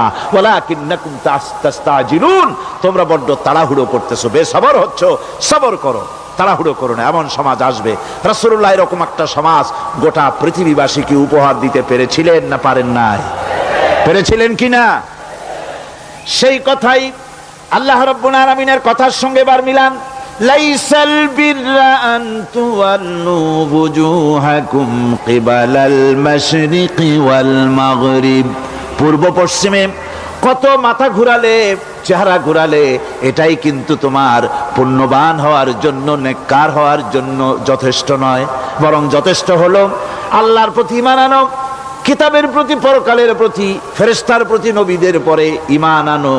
আর আল্লাহর মহব্বতে, আল্লাহর প্রেমে উদ্বুদ্ধ হয়ে আর একটা বড় কাজ করো, সেটা হলো ওয়াতাল মালা আলা হুব্বিহি যাবিল কুরবা ওয়াল ইয়াতামা ওয়াল মাসাকিন ওয়াবনাস সাবিল ওয়াস-সাইলিনা ওয়া ফির রিকাবি ওয়া কামাস সালাতা ওয়া আতাজ যাকাত ওয়াল মুফুনা بعهدهم إذا عاهدوا والصابرين في البأساء والضراء وحين البأس أولئك الذين صدقوا وأولئك هم المتقون। আরেকটি গুরুত্বপূর্ণ কাজ করতে হবে আল্লাহ পরকালে বিশ্বাস করার সাথে সাথে, সেটা হলো এই, তোমাদের জানের মতো প্রিয় ধন এবং সম্পদকে আল্লাহর মহব্বতে খরচ করতে হবে। সেজদা দিয়া কপালে দাগ লাগাইছো, কিন্তু প্রতিবেশীকে সাহায্য করো নাই, গরিবদেরকে দাও নাই, এতিমকে দাও নাই, বোনকে ঠকাইছো, মেয়েকে ঠকিয়েছো, তোমার ওই সেজদায় কিয়ামতে কাজ দিবে না। প্রকৃতপক্ষের নেককার পুণ্যবান হওয়ার জন্যে গরিব জনসাধারণকে সহযোগিতা করতে হবে। এরপরে মাঝখান থেকে যেটা বাদ দিয়েছিলাম, বলেছিলাম নামাজ এবং যাকাত। আমি যাকাতটা কালকে আগে নিয়ে এসেছিলাম, নামাজটা ছিল আগে। সেই নামাজটা যেহেতু আলাদা একটা বিষয় হবে, আর যাকাতটা সাদকার সাথে সামঞ্জস্য আছে, সেই জন্য যাকাত আর সাদাকার কথাটা একসঙ্গে মিলাই বলেছিলাম। এখন শুরু করছি নামাজ। সালাত, সালাত এর আবিধানিক অর্থ হচ্ছে কোন জিনিসের দিকে মুখ ফিরানো। সালাতের অর্থ হচ্ছে নিকটবর্তী হওয়া, মুখ ঘুরানো, মুতাওয়াজ্জা হওয়া। ওই যে হযরত ইব্রাহিম আলাইহিস সালাম বলেছিলেন, ইন্নী ওয়াজ্জাহতু ওয়াজহিয়া লিল্লাযী ফাতারাস সামাওয়াতি ওয়াল আরদ। জানেন আপনারা? পড়েন, ইন্নী ওয়াজ্জাহতু ওয়াজহিয়া লিল্লাযী ফাতারাস সামাওয়াতি ওয়াল আরদা হানিফা ওয়া মা আনা মিনাল মুশরিকিন। নিশ্চয় আমার মুখ ঘুরায় দিলাম কার দিকে? যিনি আকাশ এবং জমিনের স্রষ্টা, সব কিছুর মালিক যিনি, তার দিকে আমি মুতাওয়াজ্জা হলাম। নামাজের অর্থই হচ্ছে মুতাওয়াজ্জা হওয়া, মুখ ঘুরিয়ে দেওয়া, চেহারা ঘুরিয়ে দেওয়া। আর নামাজের আরেক অর্থ হচ্ছে নিকটবর্তী থেকে আরো নিকটবর্তী হওয়া। আমরা কি নিকটবর্তী হতে চাই? না বুঝলে কবেন কি? নিকটবর্তী হইতে চাই কার? আল্লাহর। আমরা কি আল্লাহর নিকটবর্তী হতে চাই? আল্লাহ রাব্বুল আলামিন বলেন, নিকটবর্তী হতে হলে ওয়াসজুদ ওয়াকতারিব, সেজদা দাও আর সেজদার মাধ্যমে আমার নিকটবর্তী হয়ে যাও। সেজদা দিলেই আল্লাহর নিকটবর্তী হওয়া যায়। কোন সুবহানাল্লাহ। সাহাবী, আল্লাহর নবীর সাহাবী প্রশ্ন করেছেন, নবীজি, বান্দা কখন আল্লাহর নিকটবর্তী হয়ে যায়? নবীজি বলেছেন, বান্দা যখন সেজদা দেয় তখন আল্লাহর বান্দার মাঝে কোনো হিজাব থাকে না, একদম আল্লাহ পাকের নিকটবর্তী হয়ে যায় বান্দা যখন সেজদায় পড়ে যায়। সুতরাং নামাজ হচ্ছে নিকটবর্তী হওয়া, সালাত এটা হচ্ছে নিকটবর্তী হওয়া। নামাজ ফরজ হওয়ার কারণ হচ্ছে এই যে মানুষ আল্লাহর বান্দা বা গোলাম হিসেবে সৃষ্টি হয়েছে, তাই একমুখী হয়ে রবের বন্দিগি করা এটা হচ্ছে তার স্বাভাবিক একটা প্রকৃতি। আল্লাহ রাব্বুল আলামিন এই প্রকৃতির দাবি মিটাবার জন্যই নামাজের ব্যবস্থা করেছেন। মানুষের ফিতরাত, মানুষের নেচার, মানুষের ফিতরাত হচ্ছে এই যে কারো না কারো কাছে মাথা নত করা, হাত জোড় করা, মাথা নত করা, সার্বভৌমত্বের মালিক কাউকে মনে করা। হাত জোড় করতে হলে, মাথা নত করতে হলে, সার্বভৌমত্বের মালিক হিসেবে কাউকে গ্রহণ করতে হলে আল্লাহর বিকল্প কেউ আছে নাকি? ইসলামের মূল দাওয়াতটা হলো ফিতরাত অনুযায়ী দাওয়াত দেওয়া হয়েছে। মানুষ যেন মাথা নত করে, গোলামি করে। এজন্য আল্লাহ রাব্বুল আলামিন বলেছেন যে আমি মানুষ এবং জিনকে সৃষ্টি করেছি, তার কারণটাই হলো মা খালাকতুল জিন্না ওয়াল ইনসা ইল্লা লিয়াবুদুন। মানুষ আর জিন জাতিকে সৃষ্টি করা হয়েছে ইবাদতের জন্য, গোলামির জন্য। ইবাদত আর গোলামি এটাই করতে হবে, গোলামি করতে হবে, দাসত্ব করতে হবে। আর এই দাসত্ব, আল্লাহর আনুগত্যই গোলামির দাওয়াত দিয়েছেন দুনিয়ার সব নবীরা। কোন নবী বলেন নাই যে আমার গোলামি করো। কেউ বলেছেন? বলেন জোরে, কেউ বলেছেন? আল্লাহ পাক বলেন, ওয়ালাকাদ বা'আসনা ফি কুল্লি উম্মাতির রাসূলা আন ইবুদুল্লাহা ওয়াজতানিবুত তাগুত।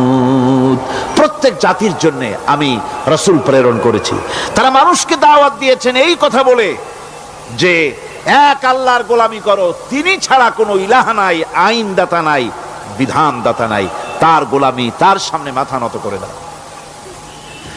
আর প্রত্যেক নবীর যুগেই নামাজ রোজা শরীয়তের মধ্যে ছিল। নামাজ রোজা কম বেশি প্রত্যেক নবীর জামানাই আল্লাহ পাক এটাকে বাধ্যতামূলক করেছিলেন। নামাজ, রোজা, যাকাত সব নবীদের জন্য বাধ্যতামূলক ছিল, তার উম্মতের জন্য বাধ্যতামূলক ছিল। নামাজ হচ্ছে তাওহীদের অবশ্যম্ভাবী এক বহির্প্রকাশ। তাওহীদের জন্য তাওহীদবাদী মানুষ যারা, তাদেরকে নামাজ আদায় করতেই হবে। আকীদা বিশ্বাসের দিক থেকে তাওহীদ যদি হয় পুরা দ্বীনের মূল উৎস, তাহলে আমলের দিক থেকে নামাজ হচ্ছে পুরা দ্বীনের মূল ভিত্তি। নামাজ হচ্ছে আমলের মূল ভিত্তি। এর বাস্তবায়ন ছাড়া দ্বীন পূর্ণ হয় না। নামাজ মুমিনের কেবলমাত্র একটি উত্তম আমলই নয়, বরং নামাজ হচ্ছে ইমানের মূল ভিত্তি। যার কাছে নামাজ নাই তার কাছে কিছুই নাই। রাসূল করিম সাল্লাল্লাহু আলাইহি ওয়াসাল্লাম বলেছেন যে নামাজ যে ব্যক্তি পড়ে না, আল্লাহ পাকের সাথে তার কোনো সম্পর্ক বাকি থাকে না। সুতরাং এই নামাজটা হচ্ছে এই যে একমাত্র একাগ্র চিত্তে আদবের সাথে আল্লাহর সামনে রুজু হয়ে যাওয়া। কোরআনে কারীম বলছে মুনিবিনা ইলাইহি ওয়াত্তাকুহু ওয়াকিমুস সালাতা ওয়া লা তাকুনু মিনাল মুশরিকিন। তোমরা আল্লাহর দিকে রুজু হয়ে যাও এবং তাকে ভয় করে অন্যায় কাজ থেকে বিরত থাকো, আর নামাজ কায়েম করো, মুশরিকদের অন্তর্ভুক্ত হয়ে যেও না। নামাজ কায়েম করা, নামাজের আদেশ কোরআনে কারীমের মধ্যে আল্লাহ পাক বহু জায়গায় করেছেন। ঈমানের পর নামাজই হচ্ছে সবচেয়ে বড় জরুরি। একজন মানুষ ঈমান আনলো, যেমন কালকে একজন ঈমান এনেছে, ঈমান আনার সাথে সাথে তার প্রথম কাজ কি বলুন? বলেন প্রথম কাজ কি? ফজরের নামাজের আগে একজন ইসলাম কবুল করলেন, তার প্রথম দায়িত্ব নামাজকে আদায় করে দেওয়া, ফজরের নামাজ পড়া। জোহরের আগেই কেউ ঈমান আনলো, তার প্রথম দায়িত্ব জোহরের নামাজ আদায় করা। আসরের নামাজের আগে ঈমান এনেছে, তার প্রথম দায়িত্ব হলো আসরের নামাজ আদায় করা। তার মানে হলো ঈমান আনার পর একজন ঈমানদারের প্রথম দায়িত্ব হচ্ছে নামাজ। গুরুত্বপূর্ণ বিষয়, খুব ভালো করে শুনতে হবে, ইয়াদ রাখতে হবে প্রত্যেকটি মুসলমানের। এই নামাজ কি জিনিস, কেমনে আদায় করতে হবে, আদায় না করলে কি হবে, গুরুত্বপূর্ণ এই কথাগুলি প্রত্যেকের স্মরণ রাখতে হবে। হযরত মূসা আলাইহিস সালামকে আল্লাহ রাব্বুল আলামিন ওহী প্রদান করলেন। যেদিন ওহী দিলেন, ওহী দিয়ে সেই মুহূর্তে আল্লাহ পাক তাকে শোনালেন, ইন্নানি আনাল্লাহ লা ইলাহা ইল্লা আনা ফা'বুদনি ওয়াকিমিস সালাতা লিযিকরি।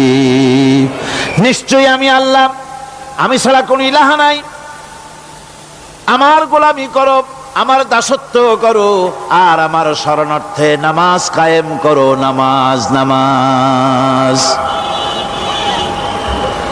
নামাজ কায়েম করতে হবে, এটাই হচ্ছে ইমানের সবচেয়ে বড় দাবি। অন্যত্র আল্লাহ পাক বলছেন, কুল ইন্না হুদাল্লাহি হুয়াল হুদা ওয়া উমিরনা লিনুসলিমা লিরাব্বিল আলামিন। হে নবী বলুন, প্রকৃতপক্ষে আল্লাহর হেদায়েত হচ্ছে সঠিক হেদায়েত। সত্যিকারের হেদায়েত কার হেদায়েত? আল্লাহ পাকের হেদায়েত। এবং তার পক্ষ থেকে নির্দেশ করা হয়েছে যে সারা জাহানের মালিকের সামনে মাথা নত করে দাও। মাথা নত করবেন কার কাছে? আল্লাহ পাকের কাছে। ওয়া আনাকিমুস সালাতা ওয়াত্তাকুহু ওয়া হুয়াল্লাযী ইলাইহি তুহশারুন। আর নামাজ প্রতিষ্ঠা করো, আল্লাহ রাব্বুল আলামিনের ভয়তে সমস্ত অপরাধমূলক কাজ থেকে, অসামাজিক কার্যকলাপ থেকে বিরত থাকেও। আর একদিন মনে রেখো, তোমাদের সকলকেই আল্লাহ রাব্বুল আলামিনের দরবারে উপস্থিত হতে হবে। নামাজ ঈমান থাকা না থাকার প্রমাণ। ঈমান আছে কি ঈমান নাই এর প্রমাণ কি? নামাজ। আল্লাহ পাক বলছেন, ফালা সাদ্দাকা ওয়ালা সাল্লা ওয়ালাকিন কাযযাবা ওয়া তাওয়াল্লা। কিন্তু না সে সত্য মেনে নিল, আর না সে সালাত আদায় করলো, বরং সত্যকে মিথ্যা মনে করে ফিরে গেল। নামাজটাই হচ্ছে একজন মানুষের, সে মুমিন না কাফের তা প্রমাণ করার জন্য, এটাই হচ্ছে মূল কথা। কিয়ামতের দিন মানুষ যে জাহান্নামে যাবে, জাহান্নামের জন্য, জাহান্নামে যে সব কারণে যাবে তার মধ্যে বড় কারণ কালকে বলেছিলাম, দেখি মনে আছে নাকি? বড় কারণ কয়টা? কয়টা? আলহামদুলিল্লাহ মনে আছে। আল্লাহ রাব্বুল আলামিন বলেন, ইয়াতাসাআলুনা আনিল মুজরিমিন। কিয়ামতের দিন অপরাধীদেরকে জিজ্ঞেস করা হবে, মা সালাকাকুম ফি সাকার, জাহান্নামে কেন আসছো? জবাবে তারা বলবে, قالوا لم نك من المصلين ولم نك نطعم المسكين নামাজ পড়ি নাই আর এতিম মিসকিনদের খেতে দেই নাই, এই কারণেই জাহান্নামে এসেছি। কোন নাউজুবিল্লাহ। নামাজ যারা পড়বে না জাহান্নামে যেতে হবে। কোথায় যেতে হবে? কেউ কেউ মনে করতে পারবেন নামাজের ওয়াজ তো বহু শুনছি, এর চাইতে গুরুত্বপূর্ণ জিনিস আর নাই। নামাজের চাইতে গুরুত্বপূর্ণ ইবাদত আল্লাহর সৃষ্টি করেন নাই। মুসলমানের জন্য সর্বশ্রেষ্ঠ ইবাদত কি ছিল? এখন জোরে বলেন কি? এই নামাজ আকসার মানুষের নামাজ হয় না। যারা আমরা নামাজ পড়ি, বহু লোকের নামাজ পড়ে ঠিক, কিন্তু নামাজ আদায় হয় না।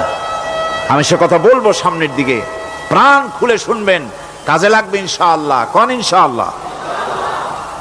আকীদাগত দিক থেকে ঈমান হলো তাওহীদের স্বীকৃতি, আর আমলের দিক থেকে নামাজ হচ্ছে তাওহীদের বহিঃপ্রকাশ। আপনি মুসলমান তা প্রমাণ হবে নামাজ দিয়ে। নামাজহীন ঈমানের দাবি মূল্যহীন। যার নামাজ নাই তার ঈমানের দাবি করার কোনো মূল্যই নেই। অনেক এরকম কথা বলে, হুজুর আমি মানুষটা নিতান্ত খারাপ না, যাই মনে করেন, গ্রামে রাস্তা বানাইছি, ব্রিজ করে দিয়েছি, কালভার্ট করেছি, এতিম মিসকিনরে তাও মাঝে মধ্যে খাবার দেই। নামাজ হচ্ছে ইসলামের গণ্ডির মধ্যে প্রবেশের প্রমাণ। কোরআনে কারীম বলছে, ফাইন তাবু ওয়া আকামুস সালাতা ওয়া আতাউজ যাকাতা ফাইখওয়ানুকুম ফিদ্দীন। সূরা তওবা এসেছে। তারা যদি তওবা করে আর নামাজ কায়েম করে, যাকাত যদি আদায় করে, তাহলে এখন তোমাদের সে দ্বীনি ভাই, এখন ভাই হয়ে গেল। একটু আগে ছিল কাফের মুশরিক, এখন তোমার দ্বীনি ভাই। দ্বীনের গণ্ডির মধ্যে প্রবেশ করা কলেমা পড়ার সাথে সাথেই নামাজ। নামাজ হচ্ছে দ্বীনের প্রধান গেট, দ্বীনের প্রধান তোরণ। দ্বীনের মধ্যে প্রবেশ করার জন্য এই গেট দিয়ে প্রবেশ করতে হবে। সুতরাং এই নামাজের এতই গুরুত্ব দেওয়া হয়েছে।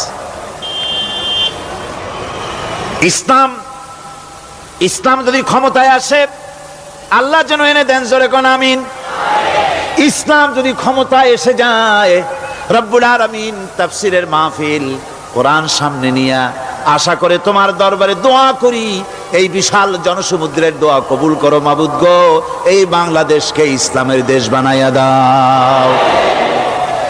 দেশটা যদি ইসলামের হয়ে যায়, আইন যদি আল্লাহর হয়, শাসন যদি সৎ লোকেরা করে, রব্বুল আলামিন কোরআন শরীফে বলেন, তাহলে তারা 4টা কাজ করবে। আল্লাযীনা মাক্কান্নাহুম ফিল আরদ আকামুস সালাতা ওয়া আতাউজ যাকাত ওয়া আমারু বিল মা'রুফি ওয়া নাহাউ আনিল মুনকার। মুমিনরা ক্ষমতায় এসে প্রথম যে কাজটা করবে, প্রথমে ক্ষমতায় এসেই নামাজ বাধ্যতামূলক করবে। প্রথম কি? ওয়াজ নসিহতে অনুরোধ করা হবে না, বাবাজিরা আল্লাহর রাস্তায় নামাজটা পড়ে না।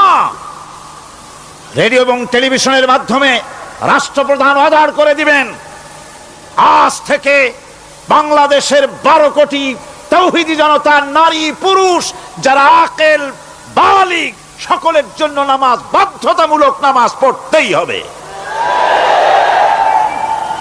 এটা অর্ডার। বেলা যখন 1টা বেজে যাবে, বেলা যখন 1টা বাজবে, সমস্ত মসজিদে আজান শুরু হয়ে যাবে। আজানের সাথে সাথে অফিস, আদালত, কল কারখানা, ক্ষেত খামার, শিক্ষাঙ্গন সব ডেডলক হয়ে যাবে। আধা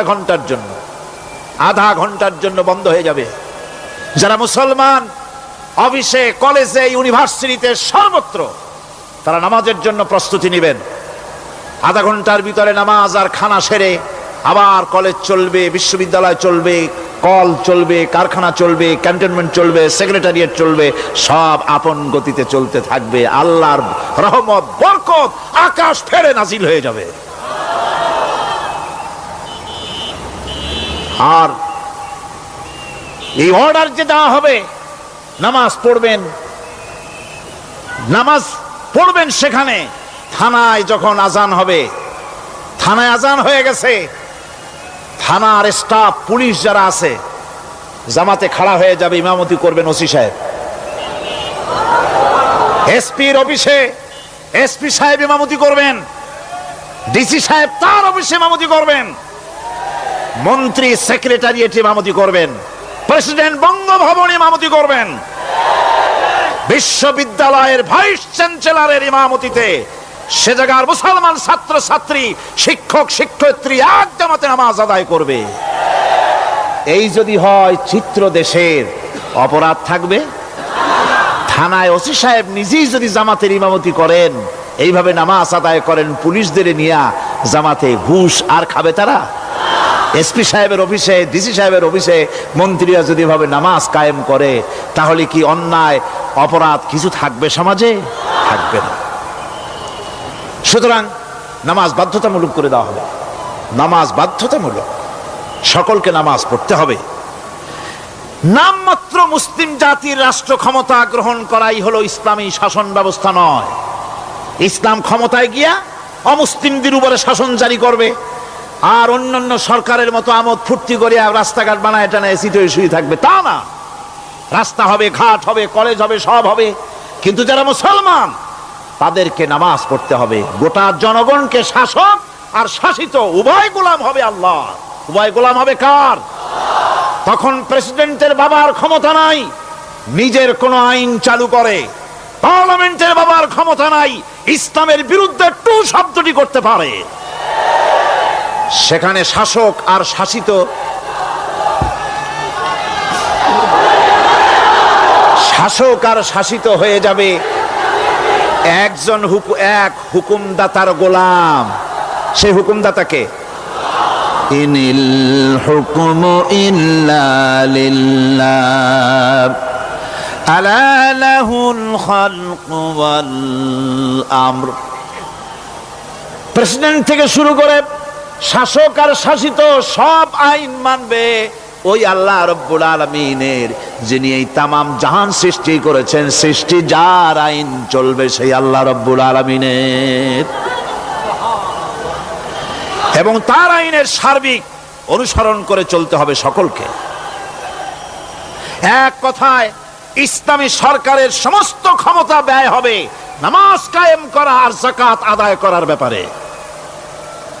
নামাজ যদি কায়েম হয়ে যায়, যাকাত যদি আদায় করা হয়, দুঃখ দারিদ্র কষ্ট কিছুই থাকবে না, বেকার সমস্যা থাকবে না। সমস্ত বেকারদেরকে চাকরি না পাওয়া পর্যন্ত বেকার ভাতা দেওয়া হবে। বুড়ো মানুষেরা যখন বুড়ো হয়ে যায়, ছেলের কাছে আদর নাই, বউর কাছে কদর নাই, আর ছেলে বউ বদদোয়া করতে থাকে, বুড়েরা মরে না কেন? আছে না আমাদের সমাজ? ইসলামী সরকার এলে পরে এই বৃদ্ধ মানুষদের ব্যবস্থা করা হবে, তাদের প্রতি এই ধরনের অসদাচরণ কেউ করতে সাহস পাবে না। সুতরাং নামাজ প্রতিষ্ঠা এবং যাকাত আদায় হলেই সমাজের অন্যায় অবিচার যা আছে তার 12 আনাই বিলুপ্ত হয়ে যাবে। কোন আলহামদুলিল্লাহ। তখন চাকরিতে প্রমোশন হবে নামাজের ভিত্তিতে। এখন প্রমোশন হয় কে কত ঘুষ খাইতে পারে, কে কত সরকারের দালালি করে বিবেকের বিরুদ্ধে বিরোধী দলকে বেশি করে পেটাতে পারে, এর উপরে ভিত্তি করে প্রমোশন হয়। ইসলামী সরকার যখন আসবে, ইসলামী সরকার যখন প্রতিষ্ঠিত হয়ে যাবে, তখন চাকরির প্রমোশন নির্ভর করবে তার সুন্দর চরিত্র আর নামাজের পাবন্দির উপরে ভিত্তি করে। সমাজে দুঃখ দুর্দশা থাকবে? যেরকম থাকবে থাকবেন। আমার ভাইয়েরা, নামাজ হচ্ছে আল্লাহ রাব্বুল আলামিনের সাহায্য লাভের একমাত্র মাধ্যম। আল্লাহর কাছে যদি সাহায্য পেতে চাই তাহলে নামাজ লাগবে। লাগবে কি কোন? وَلَقَدْ أَخَذَ اللَّهُ مِيثَاقَ بَنِي إِسْرَائِيلَ وَبَعَثْنَا مِنْهُمُ 12 نَقِيًّا وَقَالَ اللَّهُ إِنِّي مَعَكُمْ লাইন আকামতুমুস সালাম। আল্লাহ পাক বলেন, বনি ইসরাইলদের নিকট আমি ওয়াদা নিয়েছিলাম, তোমরা যদি মানুষদেরকে অসামাজিক কার্যকলাপ থেকে যদি তোমরা ফিরাইতে পারো, মানুষদেরকে অসামাজিক কার্যকলাপ থেকে তোমরা ফিরাবে। 12টা গোত্রের জন্য 12 জন নকিব নির্দিষ্ট করে দেওয়া হলো, তাদের দায়িত্ব দেওয়া হলো। মানুষদেরকে, সমাজের লোকদেরকে অন্যায় কাজ থেকে তারা ফিরাবে, ভালো ভালো কাজ করার জন্য তাদেরকে আদেশ করবে, অসামাজিক অধর্মীয় কাজ থেকে বাঁচাবার চেষ্টা করবে। এইটা যদি তোমরা করো তাহলে আমি তোমাদের সাথে আছি। শর্ত হলো একটা, তোমাদেরকে নামাজ কায়েম করতে হবে। নামাজ যদি কায়েম করো, আমার মদদ তোমাদের জন্য অবধারিত হবে। নামাজ প্রতিষ্ঠা করলেই আল্লাহর সাহায্য লাভ করা যায় জীবনের সকল ক্ষেত্রে। নামাজ হচ্ছে অপকর্মের প্রতিবন্ধক। নামাজ পড়লে অন্যায় কাজ থেকে বাঁচার পথ। অন্যায় থেকে বাঁচায় কিসে? নামাজ। আল্লাহ রাব্বুল আলামিন বলেন, উতলু মা উহিয়া ইলাইকা মিনাল কিতাবি ওয়া কিমিস সালাম ইন্নাস সালাতা তানহা আনিল ফাহশাই ওয়াল মুনকার।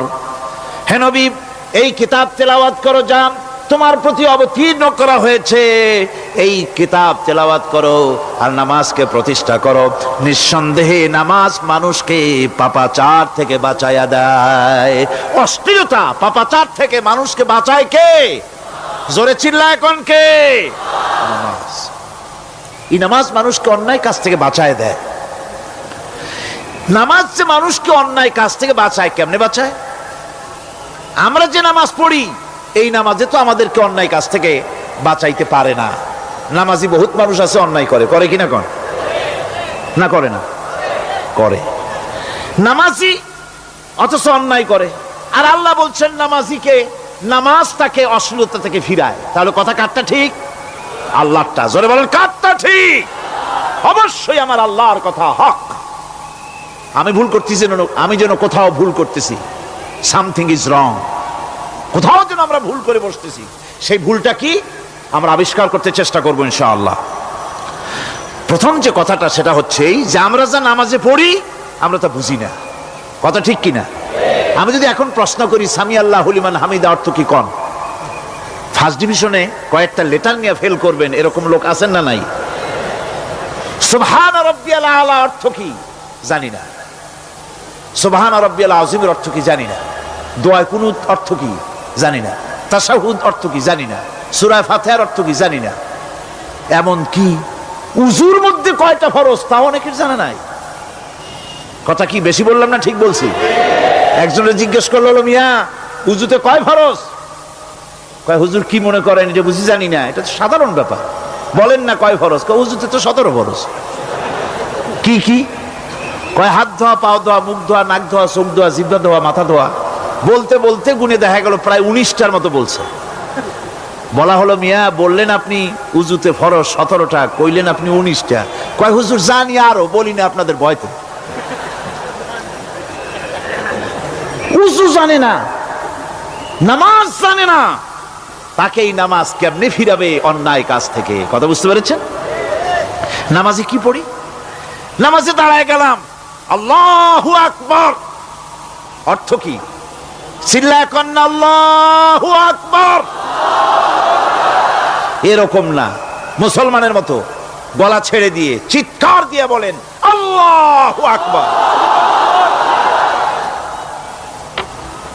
এই আল্লাহু আকবার, আল্লাহ সর্বশ্রেষ্ঠ, তার চাইতে বড় আর কেউ নাই।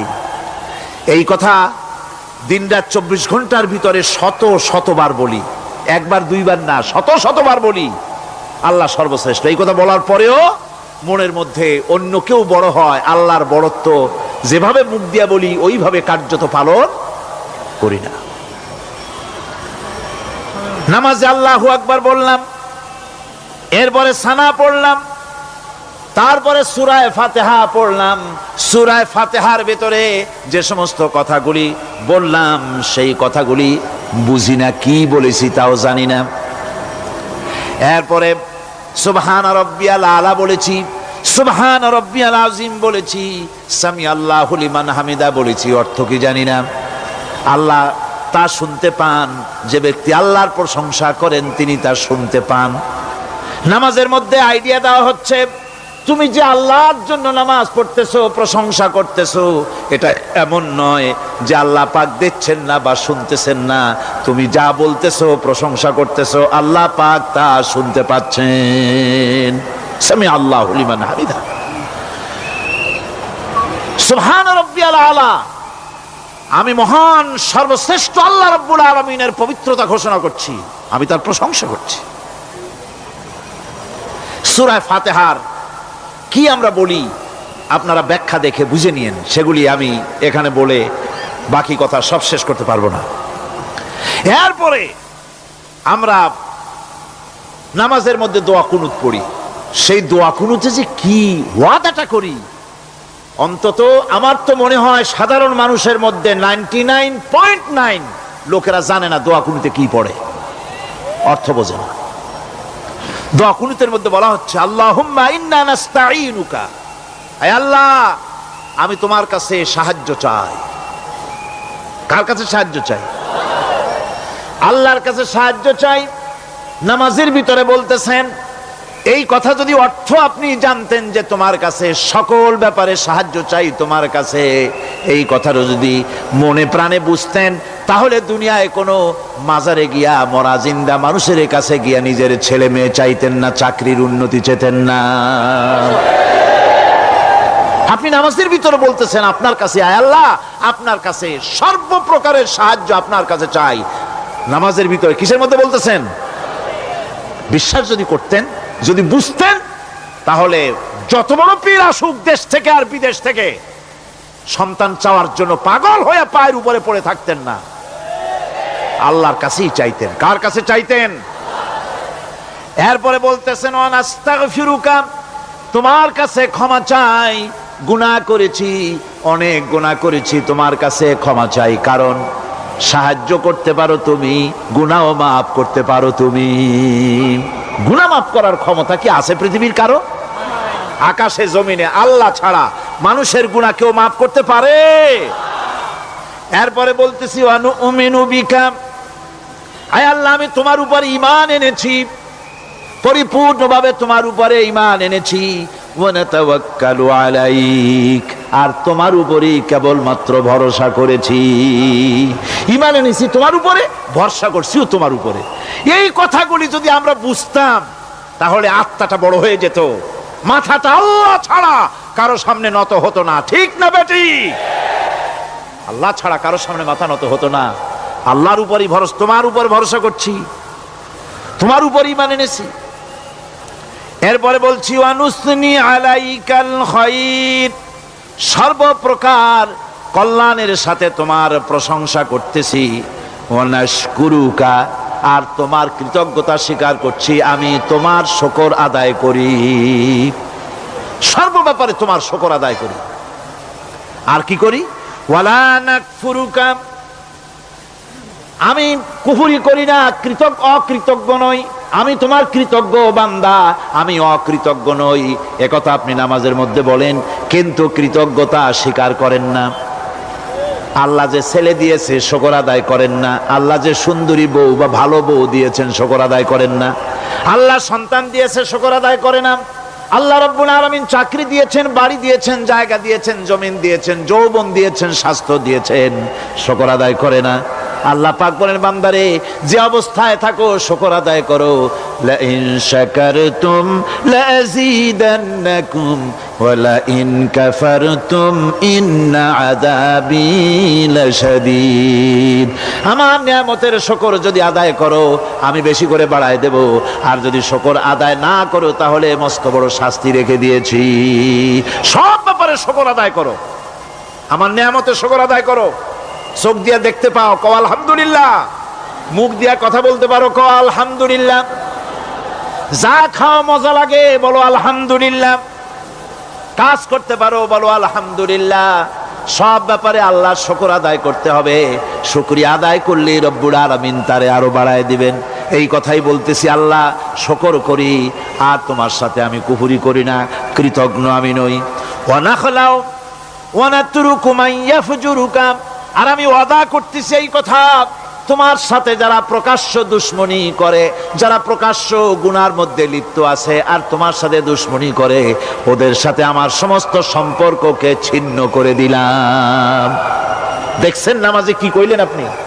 আপনি নামাজে কত বড় কথা বললেন, ওয়ানাতুরুকু মাইয়া ফুজুরুকা। আয় আল্লাহ, আমি ওয়াদা করছি তোমার সাথে যারা দুশ্মনী করে, যারা প্রকাশ্য গুনাহ করে, তাদেরকে আমি পরিত্যাগ করছি, তাদের সাথে আমার কোনো সম্পর্ক নাই। এই কথা বলার পরে আপনার সম্পর্ক কার সাথে একটু চিন্তা করেন তো। আপনার বন্ধু কারা? ইলেকশন আসলে ভোট দেন কাদেরকে? কাদের চা খাওয়ান, কাদের চান্দা দেন? একটু চিন্তা করেন, অঙ্কের সাথে মিলাই নেন। তাহলে দেখুন, মুখে বলে এক কথা, কাজে করে আর একটা। আরে কি কয়? চিল্লায় কোন? আরে কি কয়? আর এই মুনাফিকি করতেছেন কার সাথে? আল্লাহর সাথে। কোন নাউজুবিল্লাহ। নামাজে কি পড়েন সেটা যদি জানতেন, অবশ্যই আল্লাহ রাব্বুল আলামিনের কথা কার্যকরী হয়ে যেত। ইন্নাস সালাতা তানহা আনিল ফাহশাই ওয়াল মুনকার। নামাজ মানুষকে পাপের কাজ, অশ্লীলতা থেকে ফিরাতে পারে। আল্লাহ ইন্না বসায়ছেন, নিশ্চয়ই, বেশক, অবশ্যই নামাজ পাপ থেকে ফিরাবে। কিন্তু কেমনে ফিরাবে নামাজ তো বুঝি না। নামাজ তো বুঝি না, খালি সেজদা দেয় জনমের মতো। আর সেজদা কি? নামাজে যদি দেখে ইমাম দেরি করতেছে, আত্তাহিয়াত পড়তে দেরি হয়ে যাচ্ছে, পিছন থেকে সিগন্যাল মারে, ঠিক কিনা? বেয়াদব, বেয়াদব। তোমার নামাজ, তোমার আত্তাহিয়াত আগে শেষ হয়েছে, তাতে কি হয়েছে? চুপ করে বসে থাকো। ইমামকে কাশি দিয়া সতর্ক করার অধিকার তোমার নাই। যদি ইমামকে সতর্ক করার জন্য কাশি দিয়ে থাকো, তোমার নামাজ ফাসেদ হয়ে যাবে। এটা ফাজলামি করার জায়গা না, এটা নামাজ। এর নাম কি? ধীরে সুস্থে নামাজ পড়তে হবে। অনেকে মসজিদটালে মনে করে জেলখানা, ঢুকতে যত দেরি, বেরোতে পারলে যেন বাসে যান ছটফট করে। সিনেমার মধ্যে গিয়ে ঘন্টার পর ঘন্টা বসে থাকে, খারাপ লাগে না?